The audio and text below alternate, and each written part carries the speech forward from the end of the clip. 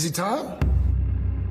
It is time for us to do what we have been doing, and that time is every day. We'll know in a very short period of time, but it looks like it could be something that will be not good. Believe me, not good. I see issue with that. And again, hey. You're not going to be able to insult your way to the presidency. That's not going to happen. I don't know who created Pokemon Go, but I'm trying to figure out how we get them to have Pokemon go to the polls.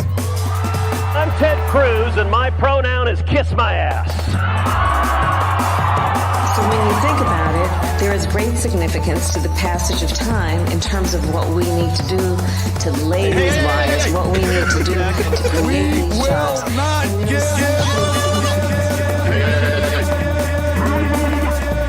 America is a nation that can be defined in a single word. I was going to put him. Not good. Believe me, not good.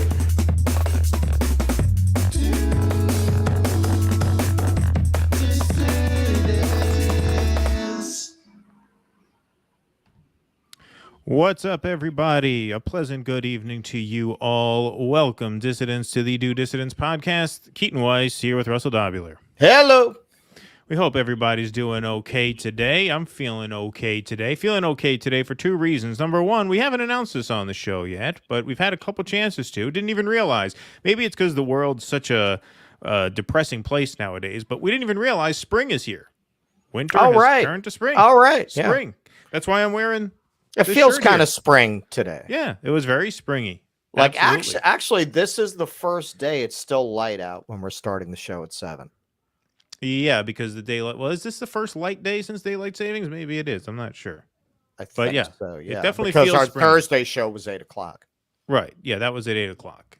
It's warm out. It's springtime, so that's always a very good thing. The house that we're renting here, the heat broke. So we are without heat for the time being, which means it's good that it's a little warmer.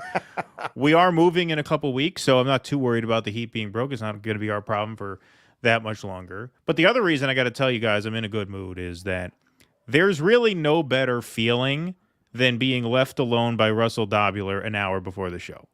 That really is a wonderful feeling. Well, because you're quarterbacking everything today. Yeah. Yeah, when we're on at 7, that 5-6 o'clock hour is a very treacherous time. You never know when Russell's going to give me a call. Okay, listen. That's how he starts every conversation, like he's angry at you. Okay, listen. That's how you start. Okay, listen. I want to put together an 8-minute montage using 6 minutes of copyrighted music that we're not allowed to use, but I think it's worth it. I think it'll be okay in this instance. What do you think about that? So tonight it was wonderful. It's like we had everything prepared early. We got a couple of guests joining us later, but yeah, it went smooth. So I'm feeling in a good place. Well, you know why that happened, though. The only reason that happened is because I bit off more than I could chew with what I was going to do this week, and so I had to back off, and I didn't have anything else like that. So that's the only reason Keaton got peace. I did have that project, but it was too much.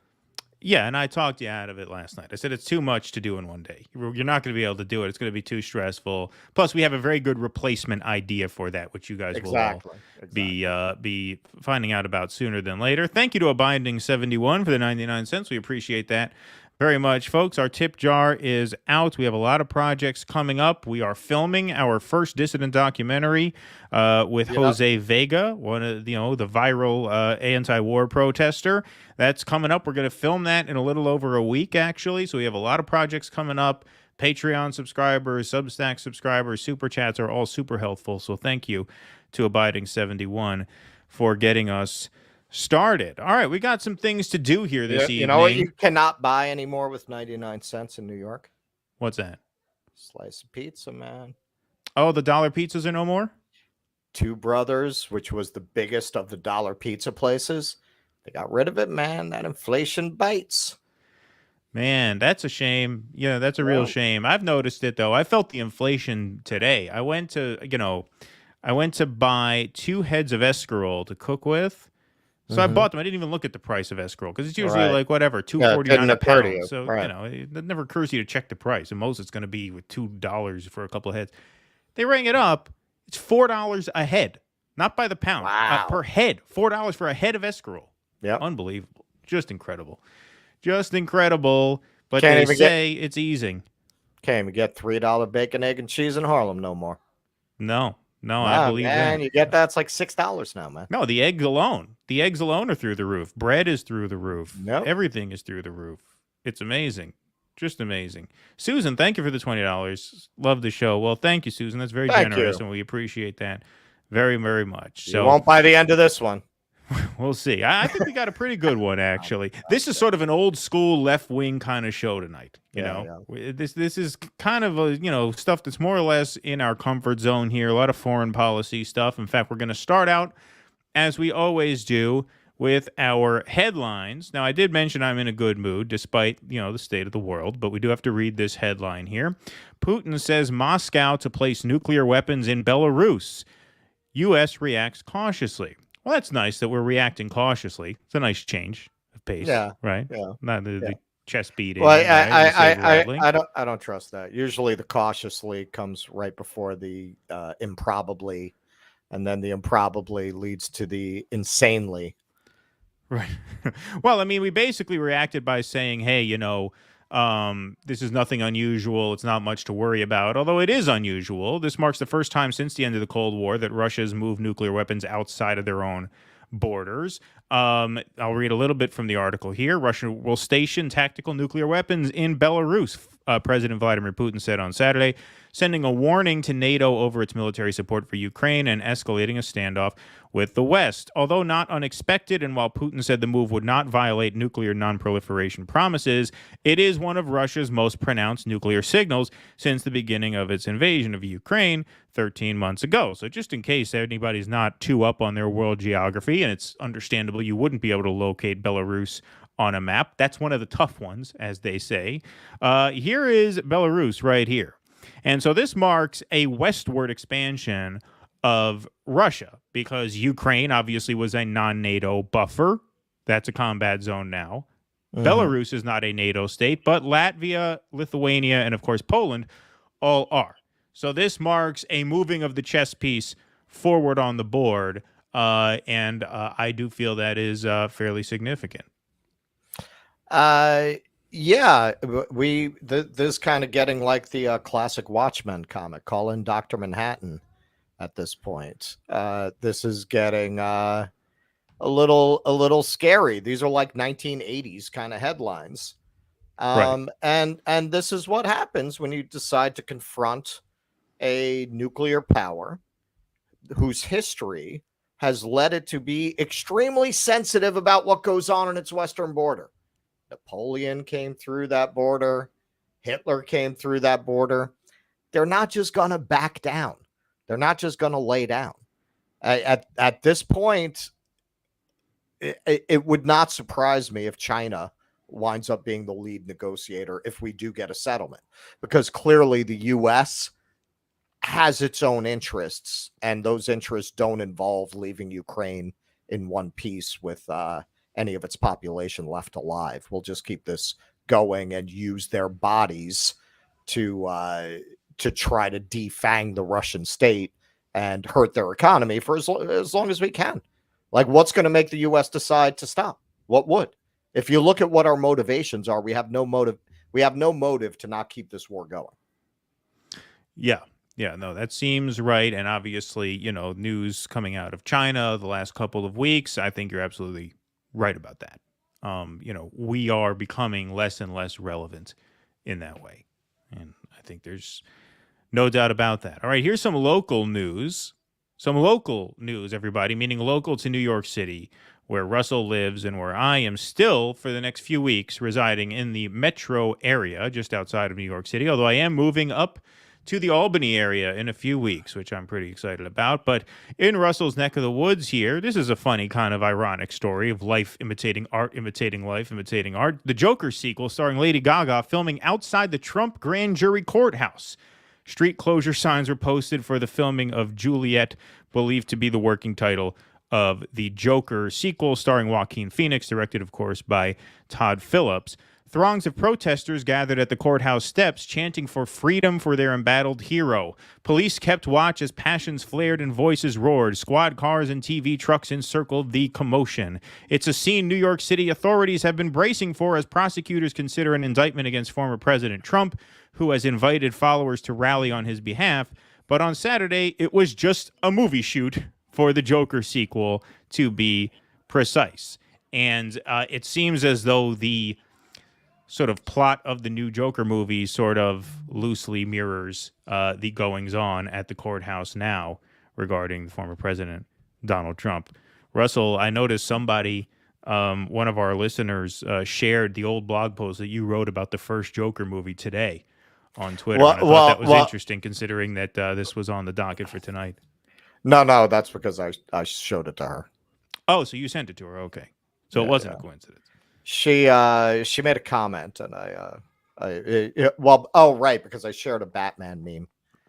Oh, there was this really funny Batman meme of like Lawrence Fishburne of it saying, Batman doesn't kill any of the villains because Arkham is a private prison and he wants to protect his investments. Stay woke. So that's what brought it up. Yeah, that is a really funny art imitating life, imitating art, imitating life, because the plot of the next Joker movie, from what we know of it, is going to build on where the Joker left off, that he's starting an uprising against elites. And so they're filming this scene of this popular uprising at this courthouse, and there are police waiting for a Trump verdict in fear that such an uprising is going to happen down the street. And as they were shooting, this article didn't get into it, but as they were shooting, they had to be prepared for that. Like the whole film crew was prepared that they might have to stop if what they're pretending is happening in this movie actually happens while they're trying to shoot this scene. Well, this brings me to a question that I've been thinking about, because now we know that the grand jury is going to convene, I believe tomorrow is when they're starting. They didn't even meet this past week, which meant that there wasn't going to be a Trump indictment this past week after all, even though, of course, Trump teased out that he expected to have been arrested on Tuesday. This strikes me as a possible classic Roger Stone evil genius dirty trick. Or maybe he didn't think he was going to be arrested on Tuesday. Maybe he figured, what if I just let out that I expect to be arrested on Tuesday? What'll that do for my polling numbers? What will that do to the justice system itself? I send out the signal, okay, I expect to be taken in, right? Well, what does that do? That forces all of his Republican rivals to sort of come to his defense. Otherwise, they turn off the base. It also forces the media to sort of rally to his side, or at least right-wing media to rally to his side. It puts some pressure on Alvin Bragg. Hey, maybe you want to reconsider, right? Maybe this is going to be more trouble than it's worth.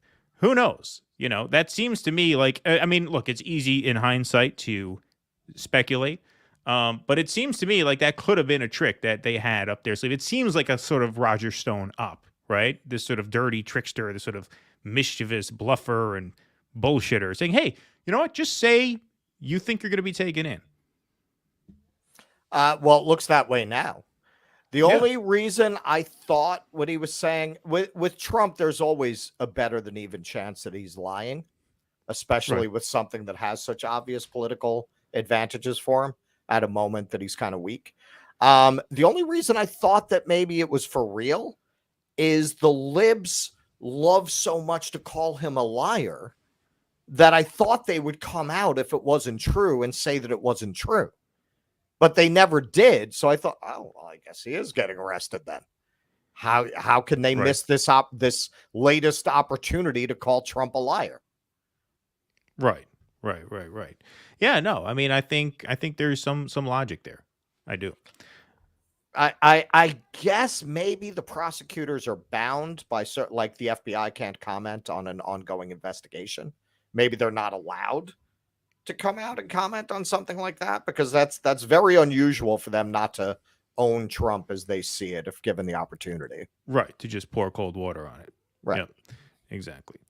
All right. Patrick Donahue, thank you for the $5. Love seeing the growth of the channel. By the way, my name as Patreon is in my Irish name. Okay, got it. Drake, but your pronunciation was awful. Still love yous. Okay, well, thank you. Sorry if I mispronounced. You know what? I'm gonna educate your mind, man. That name goes back to Phoenicia. I only know that because I wrote a novel with a Phoenician character, and I had to go back and find names that would have been typical there. So how would you? Pretty pronounce cool, that right? then? That I don't fucking know, man. I just have to write it. I don't have to pronounce it. Well, because I know in the Banshees of Inisherin movie, there's a character whose name is spelt Padraic. That's the main character, but he's called Porrick. That's how everybody calls him. Porrick. You know, I Porrick. used to know an Irish guy named Porrick. I didn't realize that was how his name was spelled, though. Yeah, well, it wasn't spelled with the G. The Porrick was spelled with the C at the end. I don't know if that's different. You know, I don't want to butcher your name any more than I already have. He's probably got like a blood libel against us now for the shit that we just said. Well, we'll see. We'll see. Well, thank you so much. Everything I just said was completely wrong. Completely wrong. Oh, look, Jezzy's been paying attention around these parts. Is that the novel you tried to steal the typewriter for? No, that was a long time ago. Oh, wow. See, she knows your whole biography and everything. Wow. Look at that. Wow. All right. Well, what I think we should do now is go to our third headline here. March did mark the 20th anniversary of the Iraq War. March 20th, to be exact. And a lot of the perpetrators of the Iraq War are still alive and kicking and flourishing and being treated very, very well. Obviously, you have Nicole Wallace with a nice cushy gig at MSNBC, David Frum, the editor-in-chief at The Atlantic magazine, and you also have John Bolton.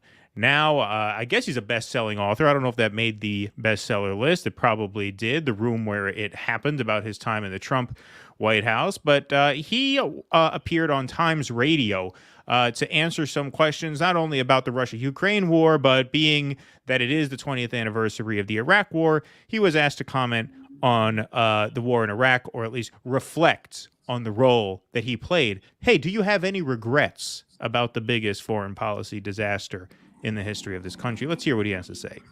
As you know, of the war in Iraq. So let me just ask you, what is your judgment, Ambassador, on, first, the particular gain that you would identify for the world from the war in Iraq, and your greatest regrets? Saddam Hussein is dead, and Iraq is not pursuing nuclear, chemical, or biological weapons. Okay, well, they weren't pursuing nuclear, chemical, biological weapons before the war in Iraq, contrary to what you lying, mass-murdering psychopaths said. So I wouldn't really count that as a gain, but do go on. People who say, well, the Middle East became more unstable. The Middle East became more unstable for lots of reasons, and an Iraq armed with nuclear weapons. This guy should be a producer at the Kyle Kalinske show with all of this, misrepresentation.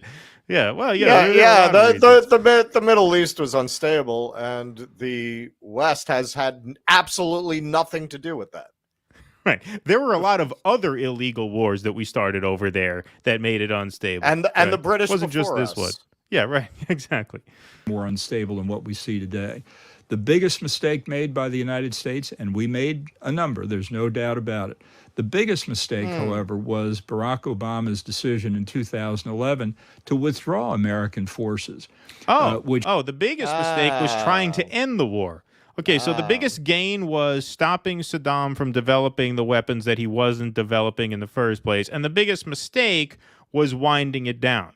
So far, this answer is going about as badly as it could possibly go. It's like literally one of the worst answers to any political question in history. You could not be failing harder at answering this question. But it does get worse. You have anything to add before we go there?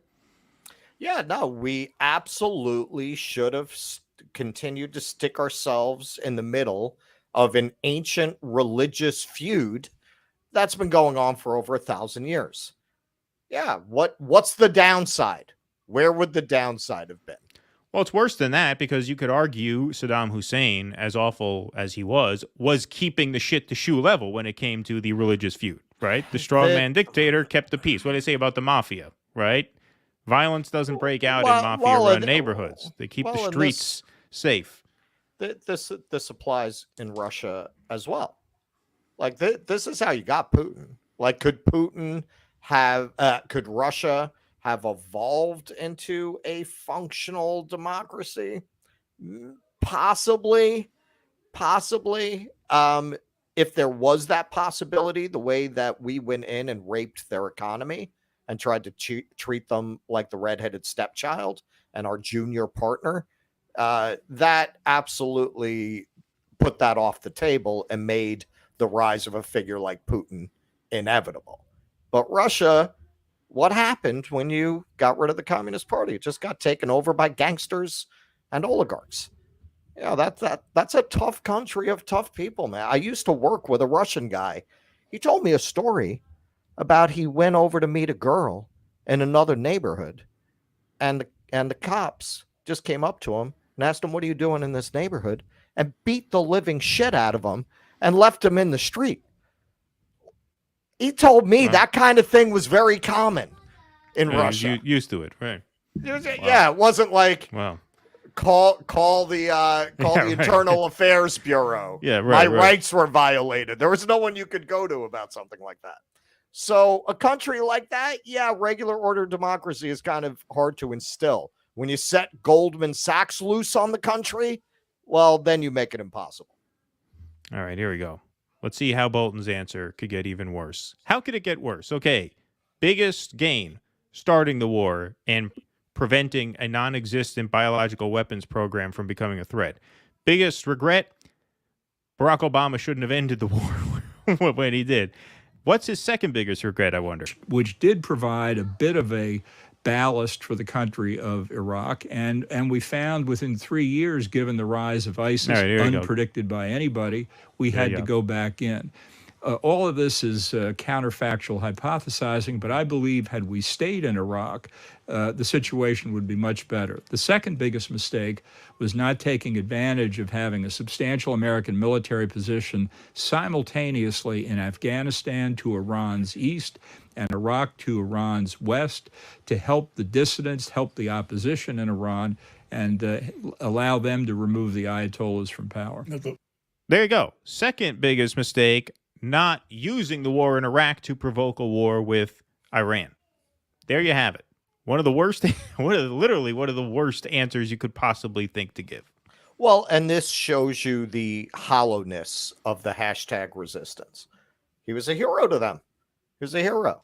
And when you look at what his views are, the reason he was anti-Trump are exactly the wrong reasons. They're all the reasons that you could make a case for Trump over goons like this. You're going to support people like this, and then you're going to turn around and say, what deep state? Right. Exactly.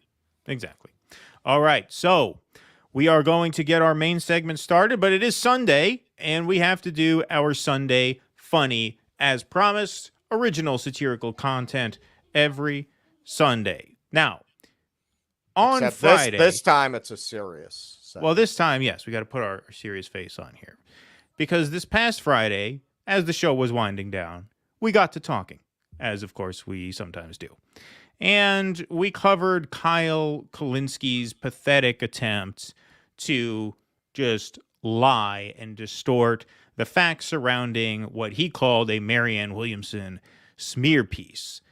But Kyle, in propping up the Marianne campaign, has, of course, gained some momentum for his channel, which recently crossed the 1 million subscriber mark. And so we got to talking at the end of the show with you guys, as we always kind of hang out at the end. We take questions and things like that. We said, hey, maybe we should pick a candidate. And a certain someone picked up on that video and ran with our musings to make an official announcement. Let's see some video to fill you guys in on what we're talking about here.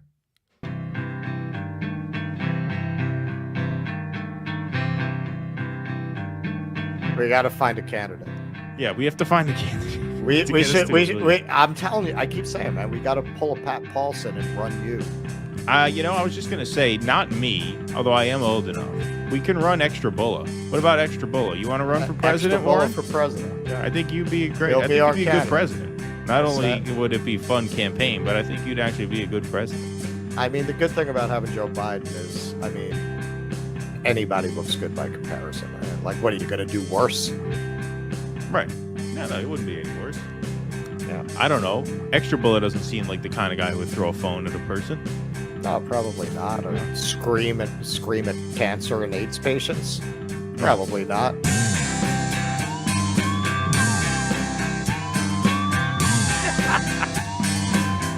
Anybody looks good by comparison, right? Like, what are you going to do worse? All right, folks. It is now our pleasure and honor to introduce to you the next president of the United States from his campaign headquarters, Extra Bulla. Extra Bulla, Mr. President, sir. Mr. Future President, sir. Easy. What's going on? Yo, watch it. Watch it. It's too I thought soon this for me to get neighborhood was assassinated. gentrified. What the hell? Hey, get on the horn, all right? Sorry right, about all right. that. What do you got, Sirhan out there? Jeez, Lord. Well, you know, you got to protect the investment back here. You know what I'm saying? Which is also doubles as the campaign headquarters too. Right? So Yeah. No, I'm not allowed absolutely. to go in there unless I'm not allowed to go in there unless I either give them crack or buy crack. So that's why I'm out here doing this with you guys, and I appreciate the endorsement too. By the way. Well, it gets great Wi-Fi for the kind of facility that it is. You're coming through loud and clear. But yeah, no, we're happy to endorse you. We think it's imperative. It's very Lincoln-esque. You know, Yeah, it's very man exactly. of the. That is like, it's like the crack house is the modern day log cabin. I think David Brooks said that. Yeah, absolutely. Yeah, no, I think he did write that actually. You know, we think it's very important that there is a primary challenge to President Biden. We think it's really important that the left puts some ideas on the stage. We think it's really important that somebody do that. And I think your platform is fantastic. We have spoken to you. Our politics are pretty much identical. And so I see absolutely no reason not to support you 100% for president in 2024. Of course, it is difficult, as we all know, to challenge an incumbent president. So what is your plan to break through and win this nomination? Well, first of all, thanks for having me on this evening. I am wearing Kevlar underneath this, so please don't worry about my safety. Everything is fine here. You look, but it's not going to protect you from a headshot. Red dot. Oh no, no, everything's fine. Everything's fine. This is a family show. Well, I want to debate Joe Biden. I mean, that's the only way that I'm going to win the nomination, right? And now I know. Well, he owes you a debate. He does owe me a debate. And the DNC said they're not going to do debates, but I have a counter proposal for the DNC. Well, he owes you that debate because you caught him in a shower with his granddaughter and you didn't say anything about it, right? Well, yeah, there's that too. Yeah, I don't like to be a bragger. I mean, I didn't agree not to say anything. No, Yeah, that's true. Well, that's true.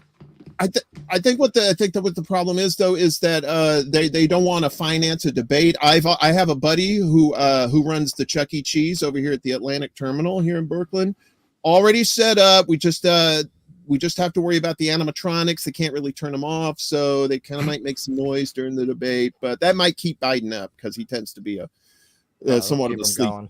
Yeah, well, I mean, look, I think he should have to debate you. I think it's ridiculous. You know, you're running, and, you know, everyone who runs is entitled to a debate with the sitting president, obviously.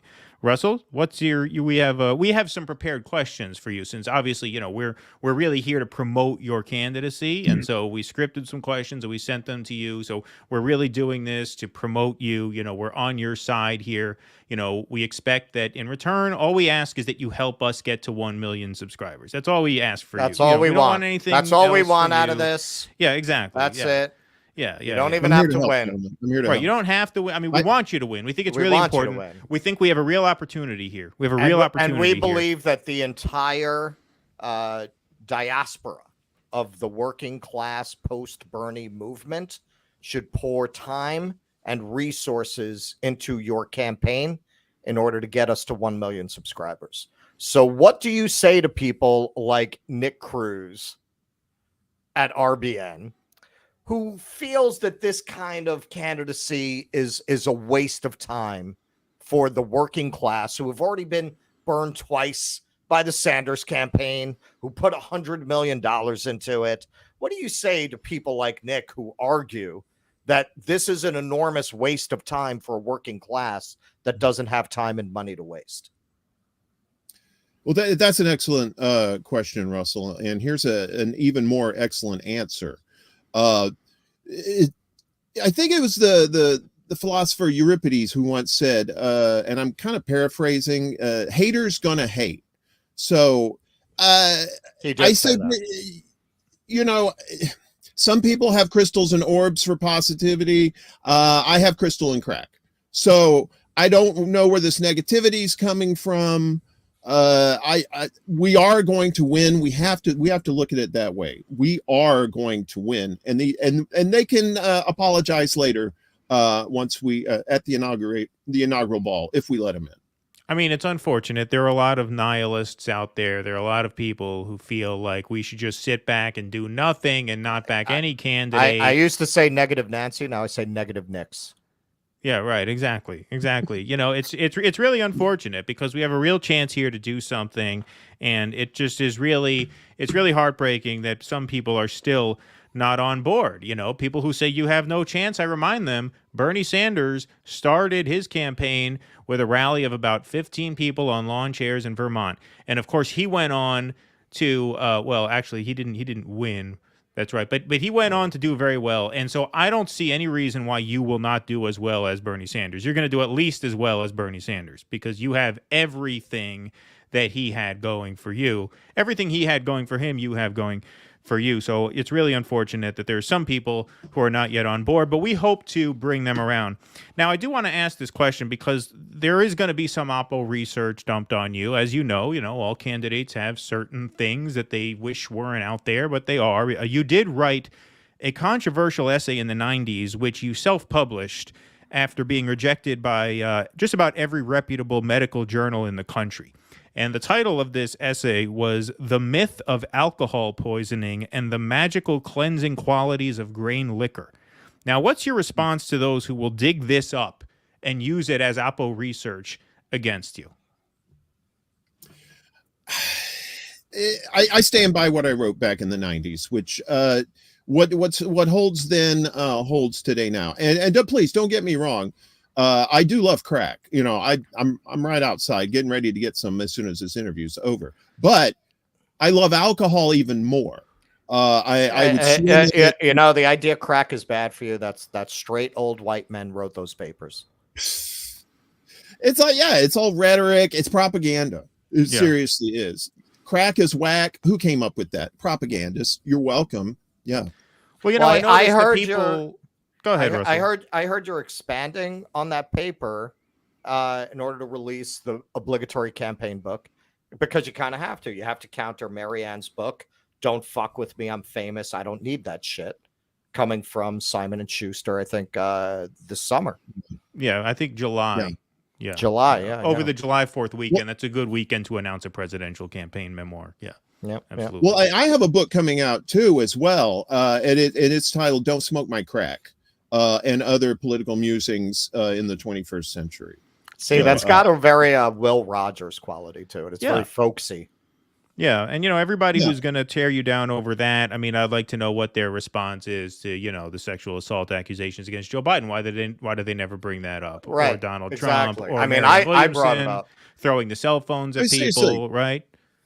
I'm just talking about booze. This guy's like sniffing hair, and you got like the crystal and orb lady, and she's smoking space. Come on. Exactly. And nobody makes a big deal over that. It's just incredibly unfair. Okay, now here's the big question. The big question that we all want to know, because we were very upset when Bernie sort of ended his campaign prematurely and just handed his endorsement to Joe Biden and sort of took all the energy from his movement and gave it to the Biden campaign. So Russell's going to ask this last question, and it really is the most important question that we feel we need to ask you here, just to clear up, just to make sure we can go all in for you. All right, I think you got a little confused about this question because we sent you the questions in advance. And I was asking you about a dirty break. You sent me back a picture of yourself in a dirty Sanchez. Now, that's not what we're talking about. We're talking about a dirty break, and I hope you understand the difference. That's when you leave the party and you go run on your own. Now, if you want to do a dirty break with a dirty Sanchez, that's your business, and I think that would probably benefit your campaign in certain quarters. But the question is, will you do a dirty break on the off chance, the 1 in a million chance that you don't beat Joe Biden? Another great question, Russell, and thank you for scripting those that way so that I could give you these compliments, because you do deserve them. And speaking of great questions, I ask great questions on my show Extra Bulla live on Monday nights. We also have the secret show midnights on my Extra Bulla channel. So I encourage everybody to come watch those shows. Like, share, and subscribe, and come support us as far as getting the political campaign up and running. I appreciate it.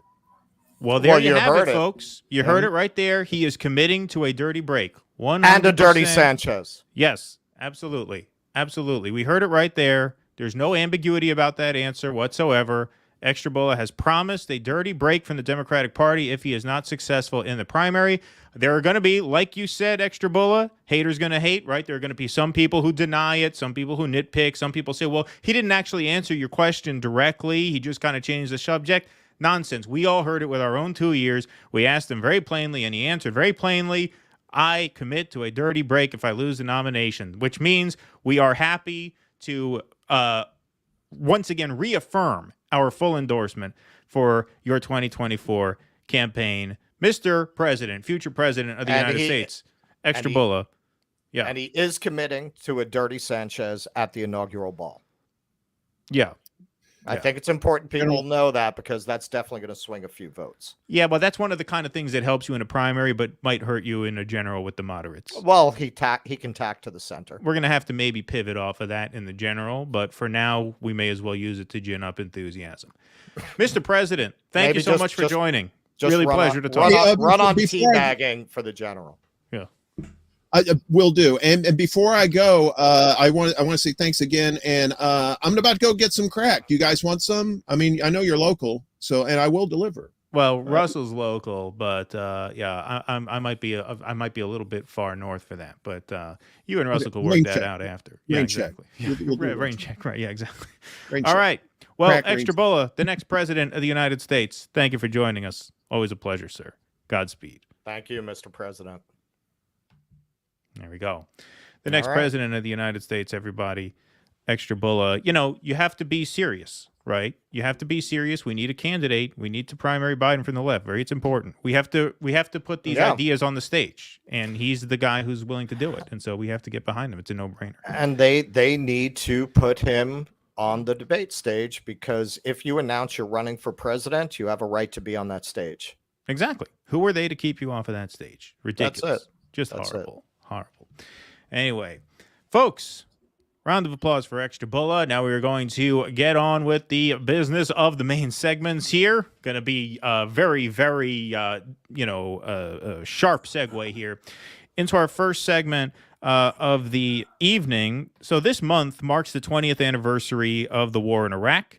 And this coming April marks the 4-year anniversary of the arrest of Julian Assange, whose only crime was exposing the crimes of the United States in Iraq, for which no one responsible has ever been punished. There is a rally being planned, a protest, 4 years in Belmarsh, Julian Assange, a Free Assange rally in Washington, D.C. on Tuesday, April 11th from 4 to 6 p.m. Eastern. We have one of the main organizers of this rally here in the studio with us right now. She is the host of the Misty Winston Show on TNT Radio. Misty Winston joins us now. Hey, Misty, great to see you again. Hey, thanks for having me. It's good to be here. I appreciate you hyping the event. It's always good when people are willing to help us get the word out. That's the hardest part. we're running a campaign now, so we want to work. I love Uncle Warren. Yeah, we're doing some outreach here. I mean, you don't have to be on board for Warren 2024, or I'm sorry, Bulla 2024. But well, I already pledged my support to Gay Barista Paul, who is a longtime friend of mine. He's great on Twitter. You should check him out. He's really funny. Well, maybe they can be running mates. Maybe. I think that they might be friendly. I'm not positive on that, but I think that they might be like mutuals, perhaps.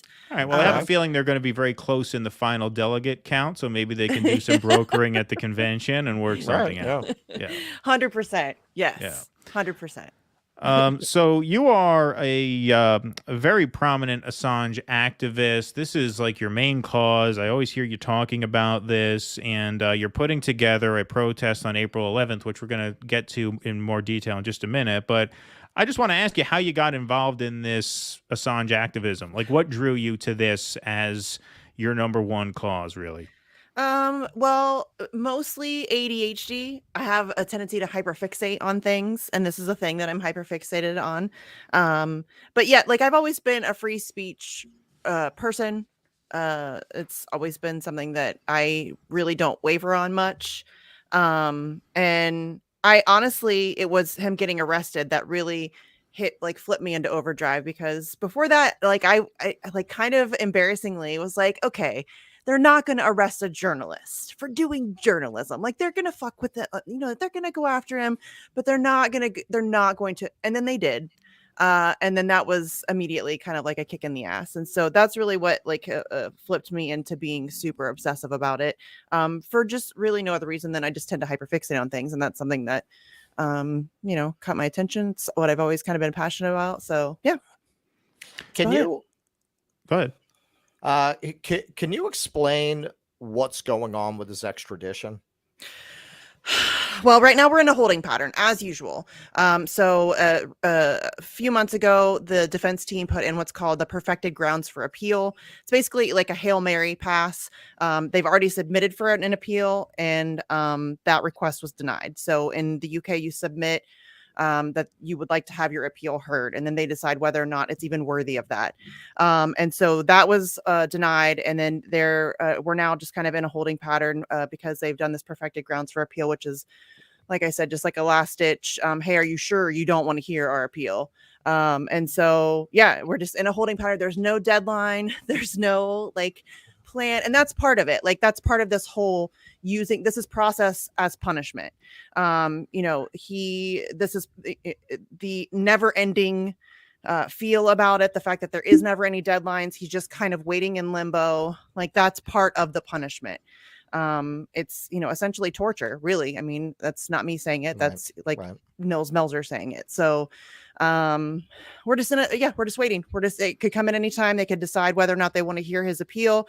If they say they're not going to hear the appeal, there are a couple other potential legal avenues they can take. They can go to the European Court of Human Rights. I don't know what the plan is. They are not, obviously they're not really publicizing that. They're kind of keeping the plan pretty close to the vest. But he could potentially, if they deny it, he could be extradited. The next day, right then. So yeah, it's just constant waiting. It's just a waiting game all the time in this case. That's all it is. Yeah, you went on this very passionate monologue when we guested on your show, I think it was last week, about how, of all these perpetrators of the Iraq war, right? All of these just ghouls with no regard for human life or human well-being whatsoever. We just did a John Bolton segment a few minutes ago before you signed on. These guys are out on TV being asked their opinions on things. They're writing books. David Frum, author of The Axis of Evil speech, he's at the Atlantic magazine. Nicole Wallace is making six figures as a, early afternoon, daytime host on MSNBC. Dick Cheney's, grazing at his Wyoming ranch. And the guy who told the truth about all this is being tortured to death. And, do you want to just speak about that? Because I know you spoke a lot about that on your show. It's just, it grosses me out that that's something that we accept, that, do you know what I'm saying? Of course. Actual war crimes. Literal, some of the most heinous things I've ever read about or heard about in my life. And not one of them has even like gotten a piece of legal anything, nothing. They haven't seen the inside of a courtroom. They're never going to see the inside of a prison cell. Meanwhile, the only two people who were penalized for anything to do with any of that is the whistleblower and the journalist who published the releases. And that's just so gross to me. I mean, I don't know, like it sucks to me. And I say this all the time. We have a tendency to celebrate our truth tellers like far too late. Usually right after they're dead, after the person is dead. Well, when it doesn't matter anymore. Exactly. Yes. And it's painful. It's painful because if we could just go ahead and support truth tellers in real time, that would be cool. I mean, that would be cool. But it's just very frustrating to me that none of those people are ever going to be held accountable. Henry Kissinger is still alive and living his best life. And like you said, like you went through a list of some of the people who were grossly irresponsible at best. And yeah, it makes me really sad that that's something that we are just cool with and that's normalized. It's very depressing. Well, they just they disappeared him right in front of everybody. They set an example of him because they couldn't have this. They couldn't have this. They couldn't have things like WikiLeaks around because there are enough honest actors in the government who would leak to places like WikiLeaks. So there are enough Snowdens around. There are enough Chelsea Mannings around. They couldn't have it. They had to make an example of these people. And in the end, the United States has a long history of setting aside the Constitution when it gets inconvenient. We'll do a PBS special about it in 60 years. That'll be very apologetic. Yeah, that's about how it works. And yes, you're right. Like we do. I mean, I think that at this point we do not have. I don't know that there are any more Ed Snowdens or Chelsea Mannings because what happened to them? Yeah, that was the intention. Yes, that is the exact intention. And my big thing with Assange is that he is the proverbial head on a stake outside the castle walls. Yes. Like he is the warning. Like, if you come for us, this is what we will do to you. We will destroy you slowly. You know what I mean? Like that's really the message being sent. They did it to Chelsea Manning as well. She was tortured for like 7 years, has attempted on her life multiple times. It's Ed Snowden has been, the only reason, Snowden's got it the best, I would say. And the only reason he does is because of Julian. He escaped. Yeah. Well, and because of Julian, and he wasn't even WikiLeaks source, but when Julian and the WikiLeaks team heard about Snowden and that he was trying to get out, they were the ones that leapt into action and made sure that he got out of the country. Right, so, and a lot of people don't know that story. And that's one of the reasons why I think I go so hard for Assange. Not that he's perfect or that I have like this weird, people say, I worship Assange. No, I don't. Like, I'm not dumb. Hang on. Is that a votive candle back there by his picture? That's for Candles for Assange. Yeah. It's like a whole hashtag thing that we do. So, I was kidding. Artsy Marxist. That was a joke. I didn't actually see it. No, but can I just shout since we're on it? Oh yeah, Artsy Marxist. I get art from my friends. I have more coming from the guy that does the pencil drawings. I think his name's Joe on Twitter. He's doing a Dan Ellsberg for me. So this is what I do. But this is Artsy Marxist. This is Magnus, the Boogaloo boy, he's not a Boogaloo boy anymore, but that guy that everybody's afraid of so terribly, which makes me laugh because he's my friend and he's like a nerdy, like, you know what I mean? Like that's not the guy scary. that Jimmy Dore had on, right? Magnus? Yeah. That was his name, Yeah. He's not scary, you guys. He's a nice guy. But that's his. I brought back a Hawaiian shirt. They're gonna start calling me a Boogaloo boy. I have another Artsy Marxist. You can't see it. It's right up there, but it's of Eric. I don't know if you guys are familiar with the Assange activist. I've talked about him before. He lived in London, but he was like the most badass dude, like 92, 93 in the streets, like multiple times a week. And I loved him. But yeah, she drew, but you can't see that one. There's a question for you, I think, worth throwing up. Are you going to auction the art or display it somewhere? It's from Where Pilgrim. Mine? This is my stuff. I just commissioned it. If you do art, I'm a sucker for it.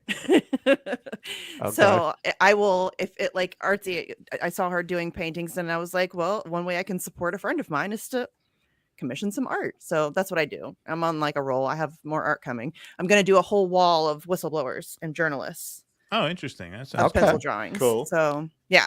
Do you think like the circle of free Assange activists or pro Assange activists, because he wasn't arrested at the time that say this movie came out called The Fifth Estate? I just want to put this up on the screen because we think of Assange as this fringe figure now. Yeah. It was only 10 years ago they had Benedict Cumberbatch play him in a movie. Yeah. Like he was a figure that was always kind of seen, you know, there was always this air of mischief about him. But during the Bush years and even into the Obama years, the left more or less appreciated him for the work that he did. It wasn't until he turned on the Democrats that he became sort of a man with no real support base, or at least no sizable support base. So, I mean, have you been interested, like how early on have you been interested in him? And did you see a sort of shift during the 2016 campaign where all of a sudden when he dumped those Democrat emails, all of a sudden all these people who had, you know, like I said, they may not have praised him as a person, but they were certainly, like I said, grateful for his efforts. All of a sudden they wanted this guy disappeared just as much as the Bush administration did. Yes. And so I wasn't always as hyperactive involved in the case in the Assange saga as I was, but I've been a long time reader of, follower of, supporter of WikiLeaks. Like I have always, ever since they started releasing stuff, it was always, I couldn't wait for them to like, I once posted a picture of the Dave Chappelle meme and I'm like, hey, WikiLeaks, got any more of those leaks?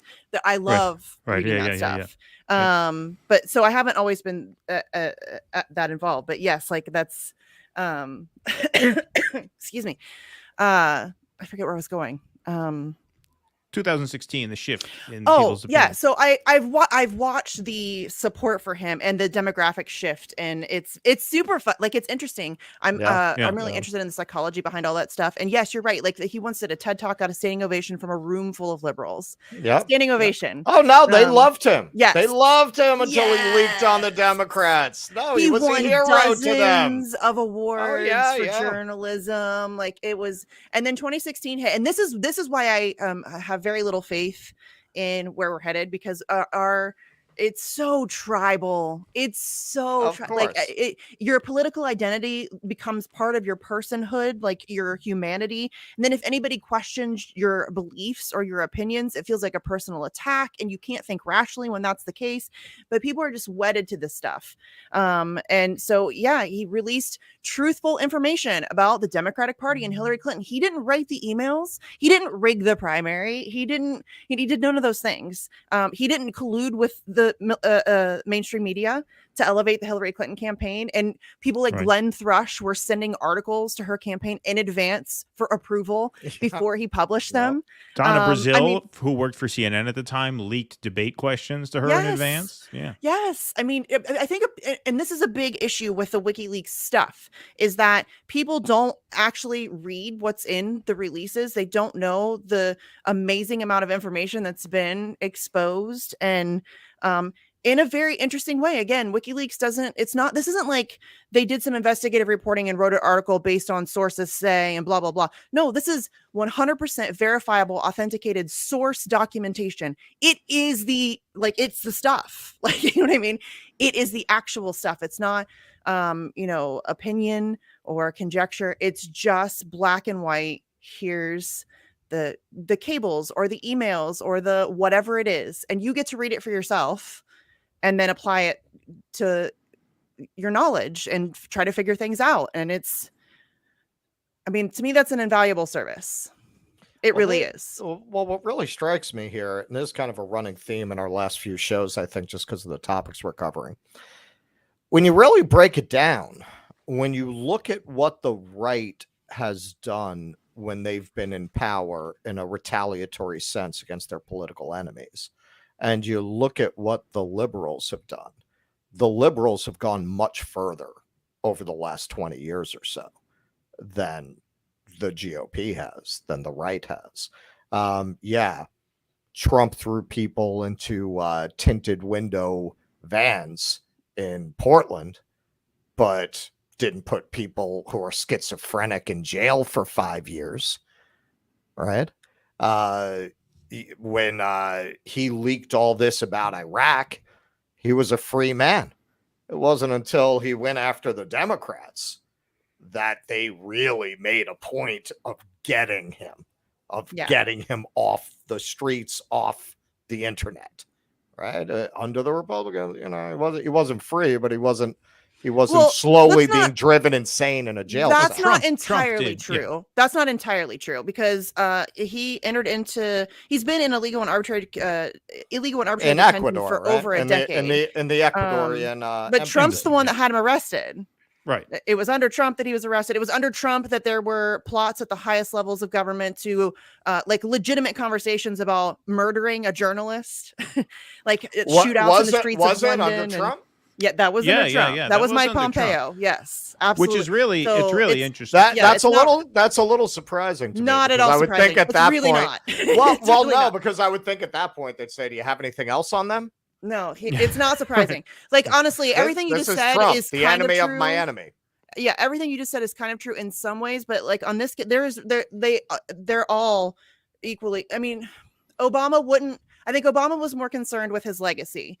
He didn't want to be seen as the destroyer of the First Amendment, because that's essentially what's going to get slapped on Trump and Biden on this thing, if there's ever where we can never even have those conversations again. But yeah, this isn't partisan. They both really want Julian Assange shut the fuck up. They don't want him talking. They don't want other people like him to be doing the things that he did. They don't want people to be inspired. Because even if they liked what he did with the Democrats, he's demonstrated. He's pissed off everybody. He's demonstrated he'll do it to you next time. He's pissed off everybody, and not just in the United States. He's exposed stuff about corporations across the globe, other governments, including Russia. And again, it's not just about him. They don't want anybody. And in my opinion, we should have 1,000 WikiLeaks operating across the globe. There should be at least 1,000 of them operating across the globe, doing the work that they were doing. Well, that's what they ensured wouldn't happen by doing this to him. Yeah, and that's the really interesting thing, is that the Trump base is much more sympathetic to Assange than the Obama base, but yet Trump was harder on him than Obama. I think that's because those wounds are newer. Well, I think that's why I had the DNC, and that's newer. I think that's more fresh for them. The Iraq and Afghanistan, a lot of Bush voters and Bush supporters are now also against the Iraq war. They weren't at the time, right? But I think everybody's come to. So I think it's just a matter of time. Eventually, the Democrats are going to. I hope he's going to die before then. But I mean, I don't even know. Hopefully not. So kind of tying to this, part of the reason I had that misimpression is because when you look at people in corporate media who speak out for Assange, it's like Tucker. That's really about it. Well, right? You don't see the people on the other side. So what do you make of that? That's not entirely true either, though, I guess, because there is, I think Matt Orfala made a montage video. There, some mainstream media journalists have at various points in time over the years made statements in support of Assange. They're usually very weak, very tepid. They'll oftentimes do I know Assange is a terrible person, but we shouldn't. Well, yeah, I remember Maddow even doing that. Yes. But nobody has gone and done these multiple rants about it like Tucker Carlson. They'll do once every year, they might bring it up and talk about how this is a slippery slope, but he's still an asshole. You know what I mean? They do that thing. But yeah, Tucker's the only one that's really, and again, I think that's by design too. I think that they use him for those purposes. I think he is a paid propagandist. I don't think there's any question about it. He's just used differently. But yeah, I'll still take it. He has a huge fucking audience, and we have to use whatever we can. And why do you think he takes that position? Because it's a lot of money. He gets paid a lot of money. He gets to defend Assange, though. Oh no! I'm sorry, I misunderstood what you said. Yeah, I think that he probably does support Assange, I would say. But I just think he's allowed, there's a reason why he's allowed to have those conversations, and that he's really the only one who's allowed. There's a reason why he's being used for that. He's kind of universally reviled in a certain segment of that's how they kind of weaponize the whole liberal. If Tucker talks about it, then no liberal will ever go near it because Tucker supports it. You know what I mean? It's that level of. Well, I think what's useful about Tucker is, he has traditional Reaganomic kind of economic views, and he's good at slipping those into a culture rant. Hey, have these Democrats want to tell your kids that they have to be exposed to pornography in school, and that's kind of like how they want to take away your doctor, right? That's why they let them do it. Well, I mean, look, I think when you're number one, they give you a lot of leeway, right? That's why the South Park guys haven't been canceled, right? When you're number one, you can kind of do what you want because you're number one. They're not going to get rid of you too easily. When it comes to Trump, I think he's just such a lazy bastard. I think, I mean, he surrounded himself with people who were not committed to doing the kinds of things that he expressed a desire to do. I mean, if you're really going to go in there and drain the swamp, you need an attorney general who also wants to help you drain the swamp. That's a very important position if you're going to take on that kind of project. Jeff Sessions obviously was not that guy, but he's such a lazy bastard. Just, Jeff Sessions, first guy to endorse me in the Senate. All right, fine, here, take attorney general. Just a lazy asshole who didn't really have the fortitude. Not very bright. Follow through. Right, yeah, exactly. So that's why I think there's that real disconnect, because the Trump base is arguably the most pro-Assange contingent in the country. They love the WikiLeaks, man. Alex Jones was all about that. Oh, of course they will. Yeah, no, I'm not saying they won't. Just today, I had to say, you can't tell me that Trump had control over blah, blah, blah, blah, blah. Y'all, you can't, okay, so the buck doesn't stop with him? Are you really going to be, that's squad level worship? You know what I'm saying? Well, we had several comments on our Matt Taibbi clip, because at one point we were talking about, there's real things you could go after Trump for. Mm-hmm. Why did they pick this bullshit instead of going after those things? And a lot of people hit it on the head, my opinion and a lot of people's opinion, because the things you could really get them for, too many people of all political stripes They're all guilty of it. They're all guilty of it. They're all guilty of it. They're guilty of what they're going to go after him for. They're not going to go after him. Right. That's why they won't go after him. There's a lot of people. But it's a show. We also had a lot of people saying, what is Trump guilty of, Matt? Why don't you say? What is he guilty of? So many things. So many things. I mean, he was president for 4 years. Crimes daily, multiple daily. Of course. Lots of them daily, every single day. Well, it's like, look, every time we talk about China, we get some people in the comments who want to make it like we're like reactionaries, like China is Switzerland over there. They're it's the Willy Wonka chocolate factory and everybody's in paradise. And criticizing the United States bad doesn't equal China good. No. Democratic Party bad doesn't equal Trump good. No. These things can all be bad at the same time. Crazy, right? Yeah. Mind blown. It's so annoying. It is so annoying to deal with those kinds of people. Like, if I say, there was just the other day, I made a comment about arrest Biden, free Assange, and somebody was like, oh, okay, well, now do Trump. And I'm like, you clearly don't follow me, or you don't, because I do regularly. It's possible to be against both of them. It's so mind-blowing to me that grown adults cannot wrap their heads around the idea that both your dudes suck. They're terrible. They're horrible human beings. They're not good people. They don't care about the actual people of this country. They care about themselves and their rich friends and their donors, but they're so disconnected from reality that they're all like that. And they just, I don't even know that most of them even understand how genuinely the just wretched human beings that they are. I think that they are so convinced that they're really good people and they're doing the right things. Well, when it comes to people seeking that balance, you know what I mean? Okay, now do Trump. Oh, you criticize this. Okay, now a lot of audiences come to these kinds of shows, present company excluded. Obviously, we are proud of the audience that we have cultivated here.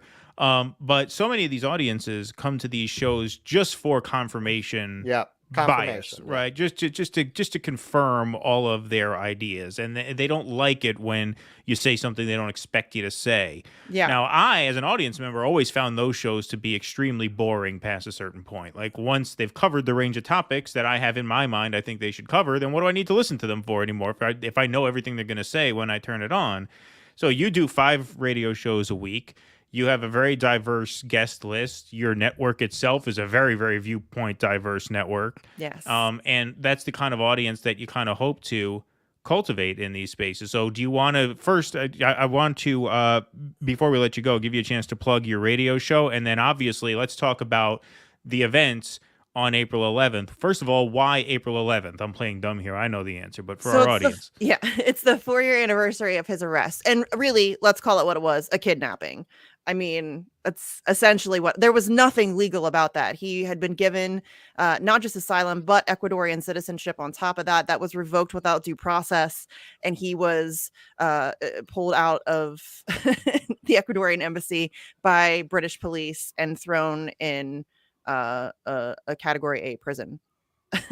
I mean, that's crazy that happened in broad daylight. I think that's still kind of fascinating to me. But yeah, so that's the 4-year anniversary of his arrest, which is crazy that it's been 4 years, but that's where we're at. And we understand, first of all, I dropped the ball on this entirely. Like I should have really, if I wanted this to be a big event, I should have started on this a while ago, but life got in the way and then I got really sick. It just did not work out. So it is a little bit of a scramble mad dash. We also knew it was probably going to be a smaller event too, because it is on a Tuesday. But we thought, and I mean, people tried to talk me out of it. They wanted me to do it the Saturday before or the Saturday after. I realized that that's probably smart, but there's a couple different reasons for my decision. One, I thought it was incredibly important that we had a presence in DC at the Department of Justice on that day. I thought that was really important. Also, I really thought that definitely being there on the day, I think is the biggest part. I lost my train of thought. I swear to God, I'm having the worst day. No, that's okay. We appreciate you coming on. And and I also think you're being a little hard on yourself when you say you dropped the ball. You didn't drop the ball. You got sick. You know, it happens. You know, we're 2 weeks out. We have plenty of time. Excuse. That's why we had you on. That happens to me all the time. That's what's good about having a co-host. Yeah. Because when that happens, they pick up like, there's a lot of people. All right, helping. he checked out. We're just all very busy. No. Yes, we are just all very busy. So, and burnout. Honestly, the Assange crew is pretty burnout. Like we're all very exhausted. Yeah, and you guys were involved in the Rage Against the War Machine rally as well, so you've had a lot going on. Very busy. Well, yeah, we just try. I mean, that was easy. Like I didn't really do much for Rage. I just helped promote it and used it to get Assange messaging out. So, but also, you know, with all the Julian Assange work, I mean, time is of the essence. Obviously, I mean, I'm honestly, I mean, if I'm being honest, and I hate to say this, I'm surprised he's made it this long. Yeah. With everything I've heard about the state that he's in, just the mental state and the physical deterioration, like walking around punching himself in the face. I mean, he's literally being tortured to death every second of every day. And I'm surprised he's still here. I really am. Yeah. I mean, I think it's a lot to do, obviously, as a family. And that makes it even more heartbreaking. I mean, his wife, his kids, I mean, it's just a horrible, horrible. Yeah, when you have to hear like what the kids have to go through to go visit their dad, like being searched, like inside their mouth, under their shoes, like for it's what? like a whole For process. what? I mean, we mentioned it at the top of the segment. The people who did this, who were responsible for hundreds of thousands, at least, if not millions, of deaths and maimings, right? And now, you know, there was an article that came out a couple years back about Iraqi children suffering from birth defects as a result of the invasion.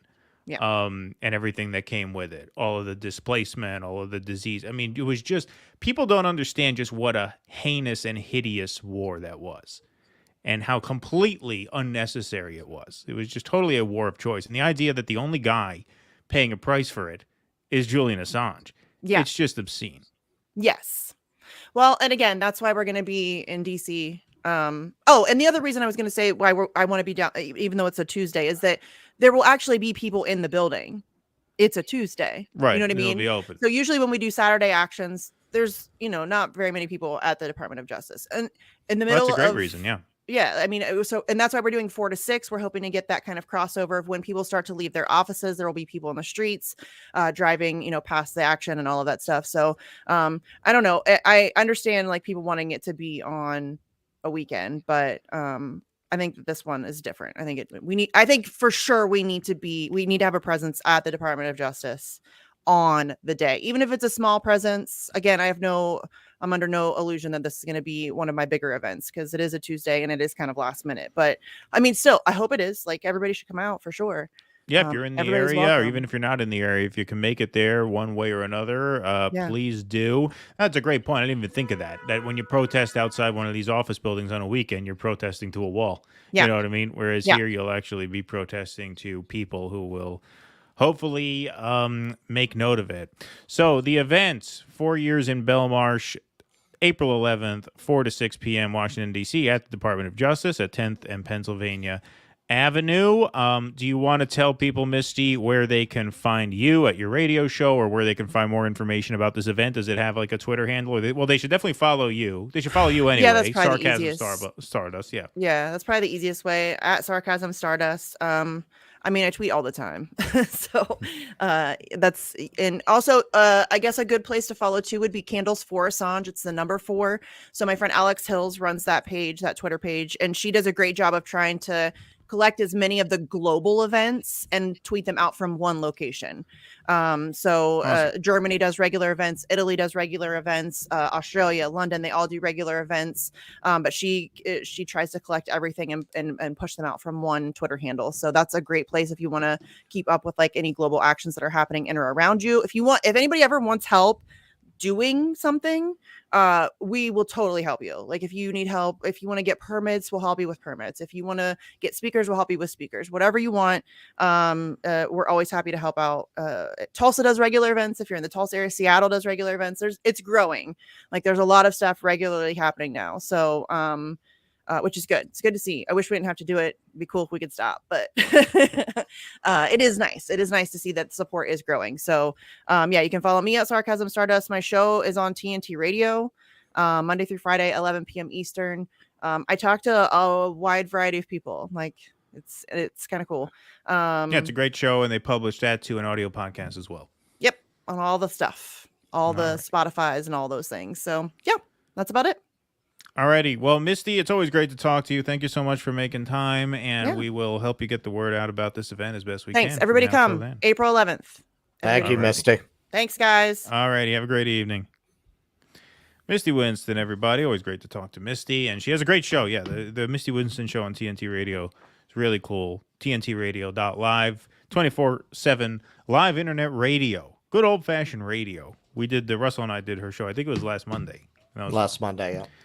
All right, let's take some super chats, and we will do our Patreon scroll while we're doing the super chats. We had some new patrons sign up this week, so if you go to patreon.com/do-dissidents, you help keep the show going. That's all very important stuff. Very grateful for all of our Patreon supporters here. We had Clive B. and James W. sign up at Substack, so thank you guys both for doing that. And then Llama A.O., I hope I'm pronouncing that name right. I think I am. And Lily R. signed up at Patreon as well. Then we had Alan sign up, but I think Alan was already a Patreon member. I just got a notification that you signed up again, Alan, but it may be something happened with a card expiring or something. You had to rejoin. But thank you, Alan, of course, for continuing to support the show. Patreon.com/do-dissidents. You can also go to do-dissidents.substack.com and help us keep the show going by becoming a paid subscriber, or you can just stay in touch with us by becoming a free subscriber at Substack. We thank you guys all for signing up and doing that. We had a big subscriber boost since the Taibbi interview. We've been circulating those clips around. Russell's well-documented and well-researched takedown of the Konstanty Marianne thing has been doing pretty well also. So if you're here for the first time, we thank you, or the second time, I should say, after seeing one of our clips. If this is your first stream, welcome. And if this is your first or second or third stream and you're not subscribed, please hit that subscribe button. JB from RBN messaged me. Yeah, there you go. Good sound drop. That's a lot of entertainment for $2. For $2, exactly. JB from Revolutionary Blackout Network. Who got the messaged me the other reference? day. Tell me in the comments. Who got the reference? All right, Yeah, go post in ahead. the comments. No, JB from RBN messaged me actually with a good point. He said, given the number of live viewers you guys are getting now, it's a little strange that your sub count isn't higher. So he asked me to mention to you guys to just check and make sure you're still subscribed. Even if you think you are, just check right now. Just make sure you are still subscribed, because I know some people have the theory that some people get unsubscribed from YouTube channels randomly. I'm not sure, how regularly that happens. I don't pay close enough attention, honestly, to the point where I could tell you if it happened to me. Because what I do is I don't browse YouTube. I open YouTube and I just search for the show I want to watch. So I don't pay attention to like my feed. I can't tell what it's feeding me because I just open the bar, I search for the channel, and I just go to the channel.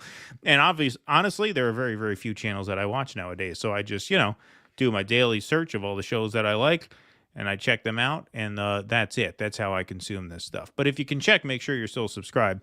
That is a big help. John Locke wants to know what your novel is, Russell. It's called The Fat Satan. And it's about the demon that was the inspiration for Dionysus escaping from hell to fight for his right to party. And how long is that novel? 400 pages. Yeah, that's that is quite the document there. Courtney Conover, campaign donation to Extra Bullet. All right, he's on the board. I don't know if we have to file with the FEC or something for that now, but yeah, we have to report that. Yeah, you may have created some paperwork for us there, but thank you anyway, though. We appreciate that. And Courtney for having the great Misty Winston on to promote. Well, of course, and thank you, Courtney. We appreciate that very much. All right, are we all caught up? I am very surprised this crowd hasn't gotten it. Better Off Dead, I want my $2. Nope, that's not it. That's not it. Nobody got it. Nobody got that. I'm gonna give it to you one more time, and then maybe somebody will get it later. $2 cover charge only, folks. All right. Well, we'll keep it going. We'll keep it open. We'll keep the phone lines open. We'll keep the phone lines open. Exactly. All right. Where's my shit here? Where's my paperwork here? We gotta go into segment number 2 of the evening here, everybody. So, on March 16th. French President Emmanuel Macron unilaterally, without the approval of Parliament, raised the retirement age in France from 62 to 64. And he invoked Article 49.3 of the French Constitution, which gives him authority to bypass Parliament. But the people weren't having it. They were quite upset about the retirement age being raised 2 years. And as the French are known to do, they made their disappointment known pretty unmistakably.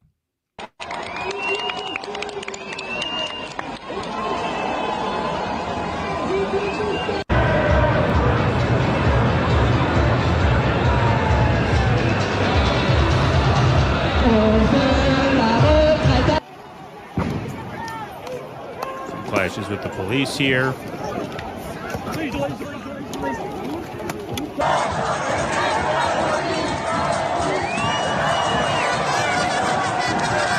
So what they did there is they brought some garbage that's not being picked up because the garbage workers are on strike, and they use that to fuel the fire here. But my favorite of these videos in this short little montage I put together, just to give you an idea what's going on in France, my favorite is this next one here.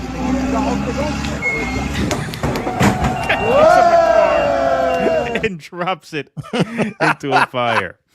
It just shows you how propagandized we are here in the United States, because the stereotype is that French people are a bunch of soft pussies. But every time the government does something they don't like, they seem to get pretty hardcore. You know what? I think that's a later stereotype, though, because you look at like these old movies and cartoons, and the stereotype is like the big French lumberjack. All right, that's the true. hairy chest, Yeah. Like Jacques. Right. So I think that came later when they started making like really good movies. Yeah. Well, obviously, I mean, there's the history of the revolution. Great history of, yeah. But, it really, I mean, we talked about the Iraq War. Once they didn't want to follow us into the unwinnable quagmire that was Iraq, that's when I noticed it became fashionable to really shit on the French as being cowards, right? And ingrates. That's really at World War II. It was a film adaptation of Henry V that was made during World War II. And the French are portrayed as so effeminate. When they tell the French king that Henry is coming, and he falls into his throne. So I think you're right. I think it was for conceding to the Nazis. Now, in addition to the protests that are sweeping the streets, there is also essentially a de facto general strike going on in France, since a lot of the unions have banded together and agreed upon work stoppages, which is why you have scenes like this in Paris of garbage piling up, not being collected. You also have an energy worker strike here. So if it is not that the French are dirty. That's a cliche. No. Certainly not this dirty. Paris is a beautiful city. You have a tweet here showing France protests in refineries. 1,800 fuel stations reported as now empty. France is being brought to its knees with the biggest nationwide protest happening in history. Macron still hasn't understood the power of people is stronger than the people in power. Now, Macron... It is in France, that's for sure. Indeed. And I think they're going to win. Macron has cited low birth rates and longer life expectancy as justification for his action, insisting that increasing the retirement age is necessary to keep these pension funds solvent.